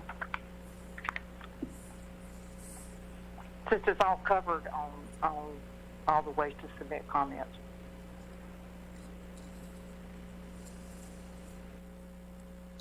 It's just another set. It's not covered, in my opinion, except in our bylaws. I guess we could ask for it to be in this box instead of in our bylaws. Just one more point of clarification. So tell me how, if I wanted to submit a comment for the planning commission tonight that I would have to have done by 5 o'clock yesterday, where on my Civic app would I submit that? If you go under, I think it's called, report, see, Report an issue? yes. I did not, Okay, so that's a bit misleading then. I don't consider a comment at a public meeting an issue. I consider an issue when I have a concern about parking or whatever. I can't speak to that. I did not design the website, Right. but it's, I'm pretty sure that's where it is. And Yeah, it is. I just clicked on it. It gives you public meeting comments for city council or for the other commissions. Because I'm looking at it. So maybe a recommendation would be to change that, if it's possible, to report an issue or make a comment.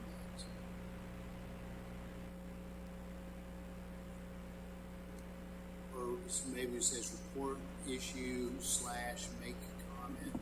I don't know, but that's where it exists. Right, right. Just says how to submit public comments. And it has 1, 2, 3. Instead of having this written comments, well, I don't know, I kind of like it that I know that, but if we could take it out of our bylaws and just put it as item 4. Do you want to do that? Then if someone can't figure out how to do my Civic app, they have another way. Maybe it needs to be in that preamble information, Todd, and where it's got my Civic app web platform, and then just put in parentheses under the report and issue link.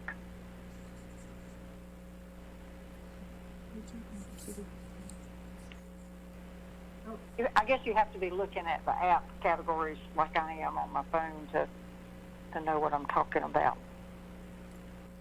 I think Rick has pulled it up, so you can look at it.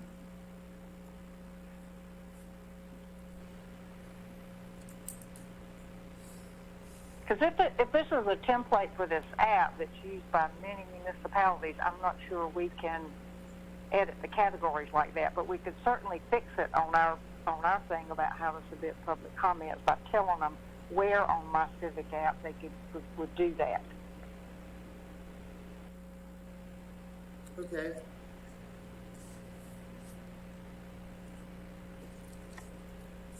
I will make sure we make that change for our next Okay. meeting. Okay, thank you. And that doesn't really need to be a change for procedures. So, Right. so if number 4 would be written comments, which is another medium for people to submit if they don't have a fancy phone or can't be available to dial in and can't be at the meeting, they can put just like the normal days, because I've received written comments from people. I think you all have given them to us, and they were literally on paper. So now we have a 4th way. So maybe rather than change our procedures, is put a 4th, complete that number 4, and then say written comments will be forwarded to a commissioner if received by noon by the Planning and Codes Department. Are you all going to be the depositor of written comments? Or as another option, we could just, to follow your train of thought, Mary Beth, to not amend the bylaws, Exactly. but just to, under how to submit public comments, under number 2, just to say via email or on the city's My Civic web platform no later than 5 p.m. the day before the meeting. So it would be email, it wouldn't be paper. Yeah, or you said, or in any format. If we get it at 5 o'clock And the that's- day before the meeting, we can make sure, because So even the- if we get a printed document, we can scan it Sure. and email it to you guys. And that is rare that they drop it off. It has happened, but more often it's It's okay. And so that would need to say who to. So would you say planning and code? yes. Okay. So that's all. So we don't really need So to. we don't need to vote or anything, and what I'll do is I'll make those changes, I'll Yes. run it by you guys before the next meeting, make sure y'all are cool with it, and that we'll have that language in there. And Elaine, I will make sure that I will specify that on the My Civic that it's under reported issue, so they'll. Perfect, thank you. You bet. Yeah, I had the same problem the first time I went there, I didn't know where to go. I think it's a great app, and I recommend the city for switching to that. I think to me, it's easier to use than the city website. But that was one thing I wasn't sure how somebody who just looked at the app would know which of those categories. And I want to make it as easy as possible that they don't have to go through multiple clicks to get to something. I agree. All right. So basically, does anybody have a motion to make? And hearing none, that item is died, yes. Sunflowers. All right. We need to move to item 5 and to some advisory items. And who is prepared to speak?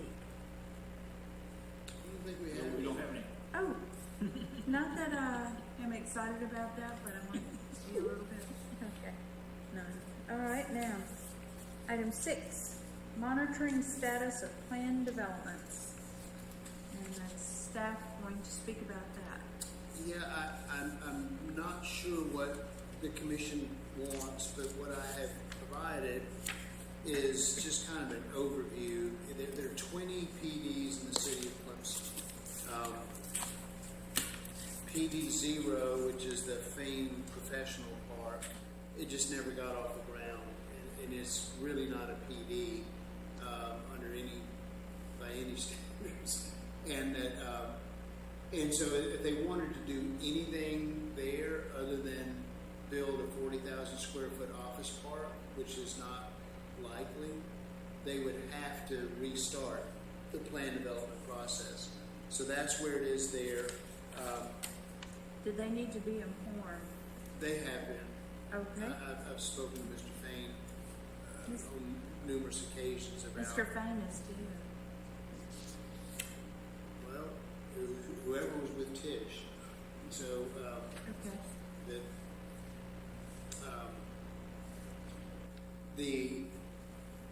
it was Mr. Fain. Yeah, he just passed away this year, and when I raised this question for you, Todd, before, I think it might have even been pre-COVID. It's been a while. Yeah, because he had been in here several times. He and his wife and his daughter to discuss various options. Anyway, so that's one that's out there. Is there any formal process that has to be done or information? Did That y'all send a one- letter? This would be up to the planning commission. The way the ordinance is written is that if the planning commission so chose, you could make a recommendation to rezone it because it has sat fallow for so long. Now, the standards that allow that were not in place when this PD was developed. And so that's another, philosophical debate for you guys to have. But it is certainly worth considering whether or not you would like to take that ordinance, because it cannot be developed under the PD ordinance language that exists. It is too limiting and too sparse. It's basically 2 pages. It says you cannot drill or mine on the property, and that it has to be office space, and it will be designed by an architect. It's about the sum total of it. Well, what is staff's recommendation for that particular property?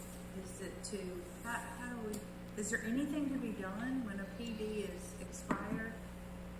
There's nothing to Well, be the done? PD, it doesn't expire, but the current language, it was designed to avoid this kind of thing, to where if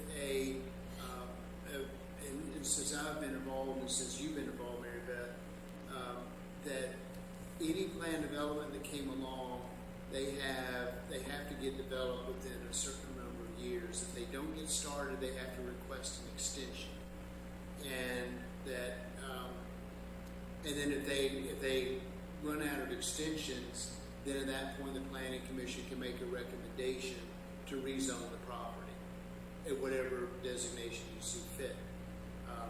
That one's a little bit unusual because it was done so long ago, and I don't know who did it or how they came up with those standards, but it's kind of free floating out there. And right now, if they were to come in to develop it, it would be like starting from scratch to create a PD. I think it's worth for the planning commission to consider a rezoning.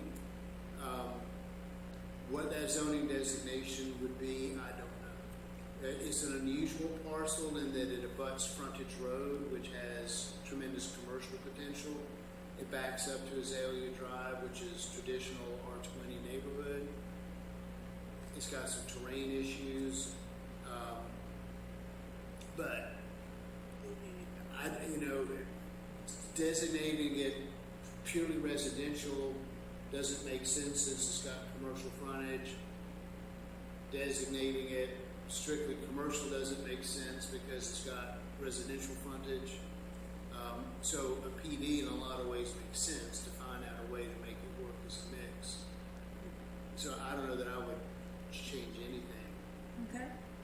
We can work on it after. So that was PD 0. PD 1 is Berkeley Place, is completed. PD 2 is Clemson Towers, is completed.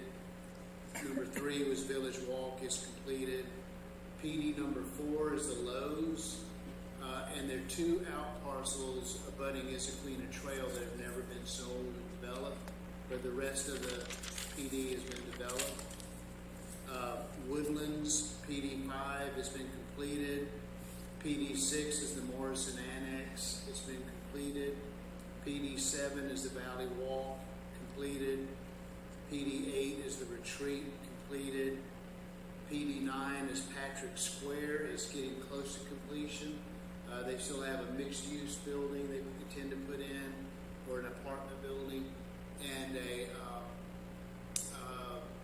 some single-family homes, some townhomes, but it's pretty close to completion.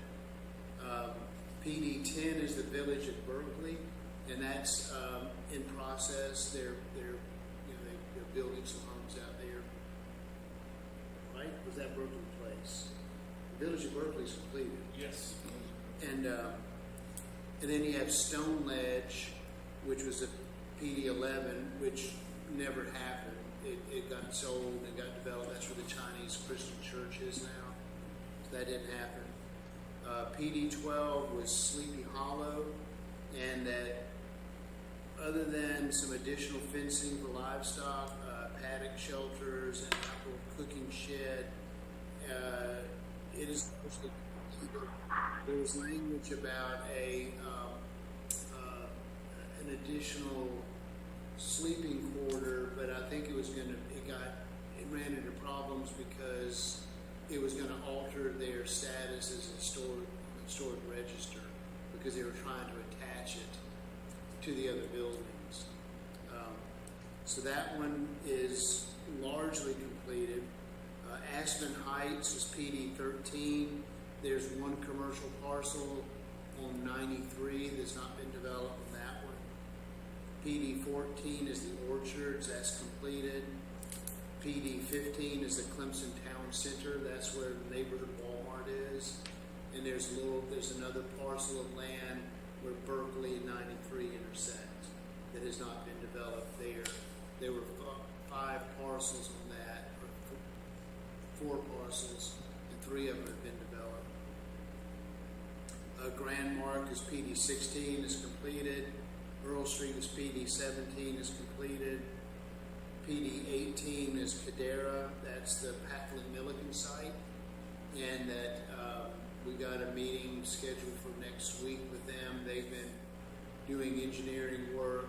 It has been in progress they've been advancing it every year, either with new engineering designs or modifications to their parkland, so it has not been idle. And then PD 19 is the Catholic Church, and is in process of being built as we speak. So that's kind of the update of where we are with all our PDs. The one that is most, is the Fane property that just got written and nothing ever happened. All the others have pretty well followed their plan. So Todd, I'd like to go back to Sleepy Hollow, because I'm looking at the zoning ordinances. If the responsible party fails to begin, fails to progress, or fails to complete the development as agreed in the amendment, then you can go back and either charge the developer with violation, enforce bonds posted for compliance, or rezone the property. My question that started all of this were 2 properties, the Fane property, and you've answered that satisfactorily. But when you look at the PD agreement for Sleepy Hollow, it was to be developed in 3 phases, and this is what's out there for the public to see, and that's why I have a question about it. The phase 1 was what they did to the barn as an event center and all of that. Phase 2 was going to be adding sleeping quarters to the barn, and I think you just explained that that's not possible because it changes their status. But phase 3 was to build some outbuildings behind the house and somewhere else. So none of that's been done. So my question was, is that negated now that they cannot build anything else on that property without coming to the city again? Elaine, they couldn't build anything that's not outlined in the ordinance. And they have built, I think, 2 outbuildings. They just recently constructed a little storage shed, and I think they put there's some sort of other like lean-to kind of structure down by the barn itself. So on the PD, it says it's going to be essentially in the backyard of the house. What I saw there the other week was that little log cabin looking. It's almost like a mobile home because it is mobile and moved in. That looks like a little log building, and that's kind of in their front yard along that where they've got grapevines growing and along Issaquina. That was my question. So that's not, as I looked at what was described in the PD, that's not what was there. Well, what the ordinance says is that a storage shed shall be allowed with a roof no higher than 16 feet, and the location of that structure will be presented by the property owner and subject to staff approval. And then so they ask you about putting that one there, and it's essentially in the front yard. Yeah, when they asked Jake about that, the position of that storage shed, which is by their farm area or their garden area, right? That was okay. In keeping with the intention of the ordinance. Okay. I just wanted to make sure that if we approve these PDs, and because we're probably going to have some more coming forward, that we stay on top of if they fail to begin, or if they, as this says, if they fail to progress. To me, if you propose 3 phases and one of them was to be done by 2014 and it's not done in 2021, it should be negated. And if they want to do that, they would have to come back before Planning and Codes or the Planning Commission. That is completely up to the planning commission and council. That's not the way our ordinance is currently written, but you certainly could make that a stipulation with any one of your PDs. Again, since I've been here or involved with the city, going on over 15 years now, we've never had one falter.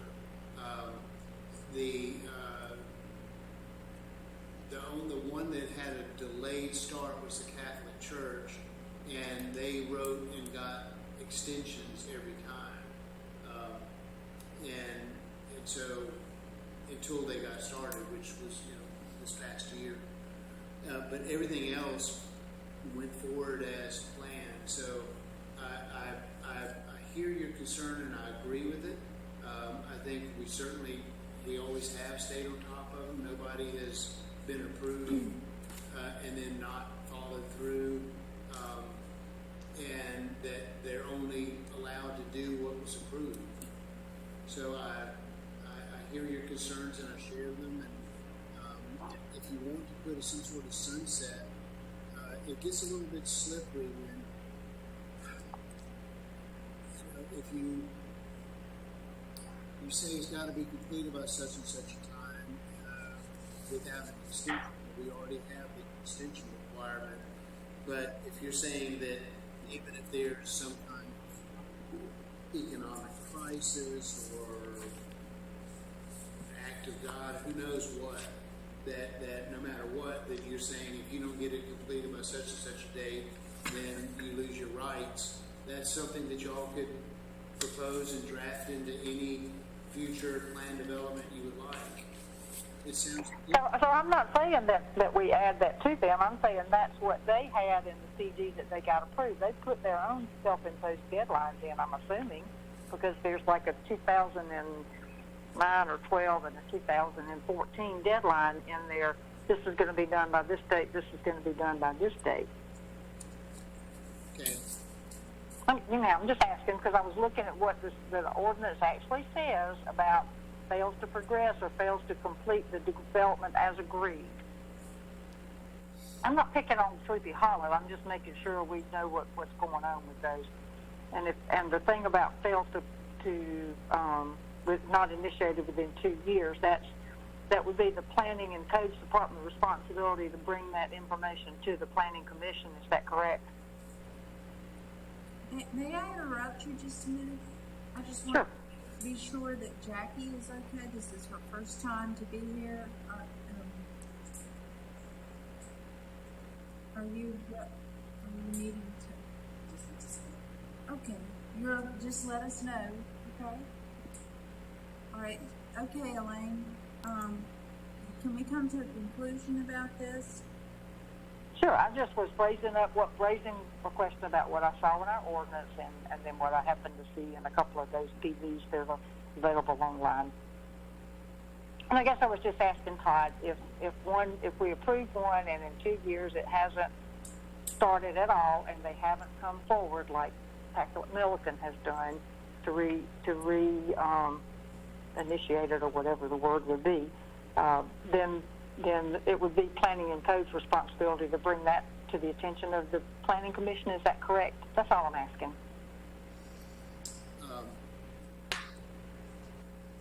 Basically, it says that it was not initiated within 2 years of the establishment, that it was not initiated, and the Planning Commission may initiate the rezoning.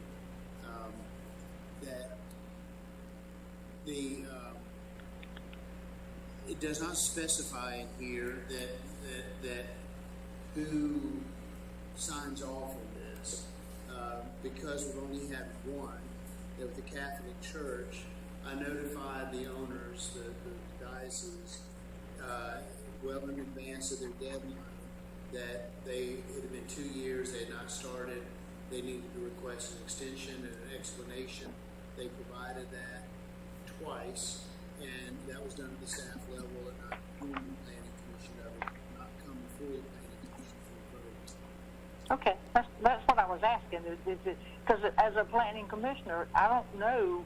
I'm just just like Jackie, she wouldn't know what PD might have been initiated 2 years ago that we needed to be making sure was moving forward.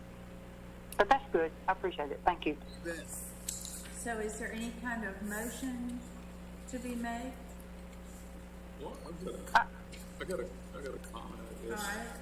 All right. And I understand where Elaine's coming from. I guess when I read the discussion about the PD status, I'm not trying to make Todd's job any harder than it already is, but I just kind of fast forwarded to what I would anticipate providing to the planning commission on at least maybe every 6 month basis would be, and once we've got a spreadsheet done, kind of big into spreadsheets where we listed all the PDs by number, what it was and what the status was, and basically we just update that every 6 months to let us know where we were. And I would think, just trying to close the loop on each one of the PDs, that anything that was still open, that we maybe perhaps initiate a letter to remind folks that it was still open. Ones that there was no action on, such as the one we talked about earlier, I guess, PD 0, that they be notified that I would think it would revert back to city council to take action, since city council initiates PD basically, for them to provide direction on that. And I would think that for most developments, they ought to be under bond. And I guess I'd be looking to understand whether the bond was still enforced, that they were able to complete their work. I realize that's not applicable maybe to some of the PDs, but on most of them, I would think there would have to be a bond that would be issued to ensure that the work is completed. Not the case. The only ones that I've known have been Patrick Square, where they issued a bond where they were building public roads that were going to be taken over by the city. And those were bonded. No other PD that I'm aware of. I'm sure Cadera, the patent one, would be bonded in a similar fashion. But Art and I have been talking about this, that the majority of those 20 PDs we just looked at would never pass under our watch, because they're not planned developments according to the state law, and that they don't meet the standards. And most of them are either a building or they're an apartment complex. And they're all private. And so there's not much bonding required. Usually the bonding is when you're looking to, they're going to be some public good they're taking over. And so Basically streets and infrastructure type things. typically that's it, Curtis. And that Tillawa Ridge, which is the road that goes between Lowe's and Rosemont, that's a public road, and then down to the cul-de-sac. And that was done long before I got here, and so I don't know how that was bonded. But my guess is if there's a public street or a street that will eventually be turned over as a public road, then there would be a bond involved. But Earl Street did not have one. The Orchard did not have one. Catholic Church doesn't have one. So I guess the next step is to either make a motion or make a request to planning and codes. Yeah, I'll honor Curtis's request and develop some kind of a matrix, provide that with y'all, and then y'all can let me know how, an annual basis would seem, these things don't move that fast, but what I like about it and what Elaine has shown the light on, is to not let something like this creep up on you or slip up on you, and so we'll do exactly what you requested, Curtis, and let you take kind of what I wrote up and just read to you guys as my starting point and describe what's completed and what's not. Yeah, I think it'll be a good communication tool for everybody, but I guess I'm a little surprised that most of the ones that we're calling PDs don't really fit the definition of a PD. It's just the beauty and name only for the most part. Sounds like about 80% of what we talked about was, Well, we call them there were- PDs, but they're really. It's interesting because some of those, like Clemson Towers, I don't know how that was planned. That's a building. Earl Street is a building. Right. The Orchards is an apartment or a student housing complex. The Woodlands, there's no commercial component in there. Can we just say that's water under the bridge? Or- Yeah, and there's nothing, I mean, that they were allowed and they're permitted, and, but, you know, moving But forward. moving forward, a spreadsheet will be fine, and so, Betcha. all right, anything else, Elaine? No, I think that's great. Thank you very much. That's a great idea, Curtis. Thank you. All righty. Okay, we're moving next to staff reports, which includes an update on the comp plan edit. We have, I think, well, I've got one, the economic development I'm reviewing right now. I've got some, I need to do a little, check on some updates for that. But I think everything else has been sent on to, commission for your review. Okay. And, I guess, all of those, and by the end of the week would be great. But the comments, if you've got any comments or anything that you want to change. Yeah, I think the last time we spoke that our understanding was that, as we got those to you, that we'd give, the commission a week to review, and, so you've had them all now, so by Friday, with the exception of economic development. I'm gonna try to have that together. I might get lucky tomorrow on that part, I got training, so it'll probably be a couple of days. But we're zeroing in on, once y'all are satisfied or comfortable with the edits, the corrections that they've made, none of which are, in our opinion, altering the meaning of anything you've done, it's just formatting. Once we do that, then we'll give them the green light, they can hit the magic button to accept all those changes, and then they'll probably need some time to go through and make sure that everything links up just right. And then we'll get it on your agenda to come in for y'all to recommend to council that they adopt this cleaned up version of it. And what is the timing? And will maybe be archive it with it. Yeah, we have Yes. exactly what was submitted in October of 2019, which is exactly what council adopted, and so we have that frozen in time, and then we'll have the version that Cheryl and Gloria are, Right. very close to completing at this point. Okay, and then maybe, they can figure out a new way to do the comp, That's right. make it a little more user-friendly. Okay, thank you so much for that update. Okay, planning commission representation at council meetings. I know I was there for July 19th. And is there anything coming up that we need to participate in or be available? The for next Monday night, 16th, that the R7 will be on the agenda for council to vote on.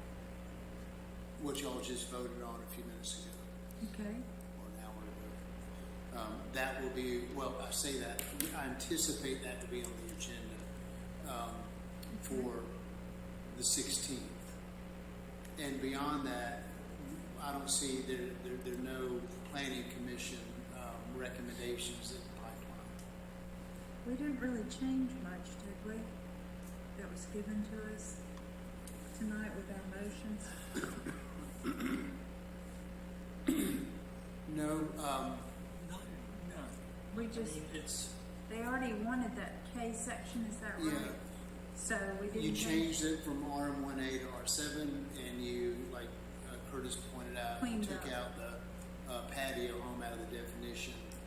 And other than that, it's you tweaked a few things, but it's largely you clarified what Elaine pointed out about alignment with special exception to conditional uses.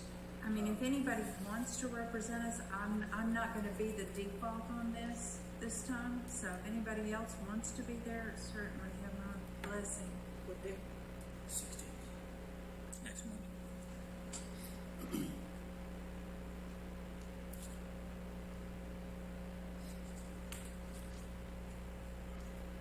Are you volunteering? You haven't seen it. Oh dear, okay, that would not be good. All right, we don't have any volunteers, so, thank you, commissioners, for thinking about it. Update on the strategic plan implementation committee.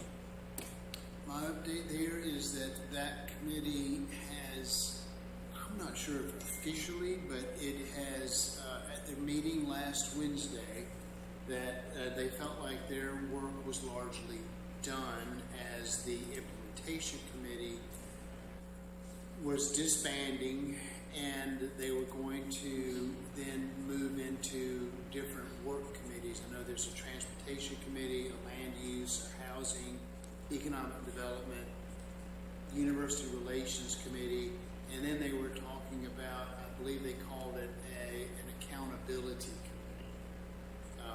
And I don't know what the outcome of that will be. They will not be meeting next until September 1st.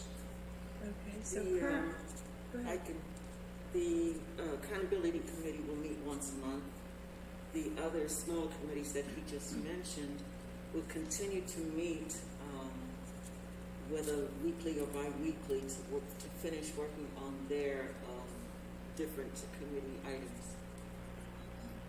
So the Housing and Workforce Committee is actually going to keep working on several things, two particular projects, the Pocket Neighborhood, and there's several members of the original work group that will continue with that and are looking for new membership on that if anybody's interested in working on that idea. And then the Council of Neighborhoods about how to divide the city up into reasonable chunks and not by specific little neighborhoods, but maybe Lillian Boatwright, who's on the Pickens County Voting Commission, is going to take the 7 or 8 precincts that we have. And I'm going to work with her and anybody else who wants to, and look at those to see if we can kind of divide the residents into those groups and create representation so that we could create this council of neighborhoods that would then be a link to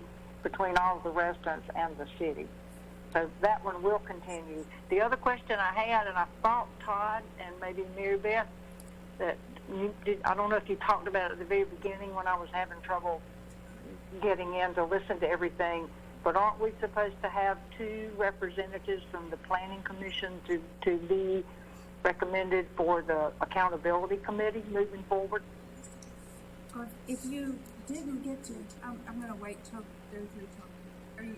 I'm not I just trying had a question about, I thought that the meeting last Wednesday that Shannon or we were supposed to choose 2 members from the PCA. That's what Elaine just said. Okay, I could. Okay, now, when I spoke at the first of this meeting, I gave my educated, 10-year experience opinion. I've given it to the mayor, Todd, Andy Blando, and I am very hesitant to support such participation by commissioners, and I explained why, and it's out of my hands, and I have full confidence that the city will make a determination, but I'm very concerned that the Planning Commission be autonomous and independent and not be reviewing their own work. And but I'm one voice. And so, but I felt very convicted that this was not right. And Mary McCormick also has my convictions, but I'll abide by what they decide. I love my city, I love my community, I love all of you, and so, but I just had to make it known that I did not think that it was the commission was operating correctly. And that's just so. You what? We were talking about the same thing about the committee that was going to meet once a month was going to draw from each of the subcommittees that had been meeting weekly as an accountability to make sure what we had been talking about got done. The reason why they wanted people from the PC committee, and I volunteered because I wanted to make sure what we had established, that they weren't, trying to run over or trying to sidestep or making sure they were on point. I saw it as them, and they are not doing anything that is going to take away from what we're doing here. Neither am I voting on anything that we are doing here. I believe that what I'm doing here is definitely autonomous from what they're doing there. I think it just adds a layer of accountability so that we can move forward with a lot of the things that need to get done where it comes to planning and housing and traffic and all that. We don't get stuck in a rut, having meetings and meetings and meetings and nothing getting done. And I do believe since we've been meeting, we've moved forward. I believe that this accountability committee is necessary so that we can hold committees accountable. Why are you meeting if you're not doing anything, if nothing's getting done? Thank you, Jackie. I agree with that. I feel like my involvement in Clemson Next with the implementation committee and the land use committee has been as a representative of the planning commission based on what I know we've done, and I feel like I can fairly represent the planning commission in those other areas, but because the planning commission is going to play a huge role in this as some of these groups move forward, and we're proposing changes in our zoning. So we've got to have that connection, like Jackie mentioned, to make sure that we keep them working toward the right thing, and that we're represented well as these discussions begin and these goals are made and move forward with them. Clemson Next is not driving the train. The planning commission is driving the train. Clemson Next is recommending the direction on which we go, and it's just a recommendation, a suggestion. We have the final say as planning commission on whether we accept it or not, and we don't always have to accept it. True. And I don't always accept it. When I come here to vote as a planning commissioner, I don't always accept what they... Well, I've presented everything to them, and I guess I'm not prepared to discuss it with everybody. These were my convictions. I don't run the show. So it will depend on what they say, and I've already said whatever they decide is what they decide. So, all right. Mary Beth, I've got one comment to finish this section off, if you wish. What I think I'd like to see to put this whole matter kind of up front is perhaps we need to schedule a working meeting with the city council to understand and get alignment on exactly how this should go. I've been a little confused since this has begun. My understanding was that Clemson Next was basically working for city council. They were commissioned to provide some recommendations, and they'd coordinate with the consultant. And once that work was done, the white paper was presented last year. What I anticipated to have happened was that it would go to city council for review, and city council would decide which items in the white paper that they would support and provide essentially marching orders and assign activities to staff, commissions, what have you, to implement the items that they chose off the white paper, and that they would have that accountability to those individuals, and that would essentially also provide a schedule for when that should be done, which items needed to be on the top of the priority list and worked down. And in my observation, I don't exactly see that happening as it flows back to the planning commission. It's off, I guess, another zone, if you wish. So I'd like to understand exactly how this alignment should work, because I'm a little concerned that it's not completely straightforward. That's the word. Well, from my committees, the two that I'm on with the Clemson Next, that's what we're doing. And some of the things have been referred to PC, or they should say, why don't you ask PC? I think the thing is that we didn't want to put too much heavy lifting on the staff, and we didn't want to put too much heavy lifting on the council or PC. Things that we thought we could do and recommend to the council, that's what we did. That's how I see it. That's how I reeled it. And so I would slightly disagree with you and I think we're coming back to where we're with the accountability committee, where we're working hand in hand with the council, and anything that deals with PC gets sent over to PC. That's how I see it. Okay. Well, sitting from the outside, I just don't see it that way. Watching the city council meetings, watching the presentation, that's not what I get. So Okay. I'd like to see some alignment between planning commission and city council as to what's expected, where we're going to go with this, who owns this, because I don't think that's very straightforward at all. And I watch city council meetings, try to pay attention to what's going on with all of the various committees, and I just don't see that happening. And I don't think we're going to get it's continuing to, I guess, evolve. So I'd like to at least maybe stop and have, proceed whatever with some sort of alignment, because we've never had that in this whole discussion ever since it started. It's been kind of two very parallel operations, and I just don't see that alignment at all. So I'd like to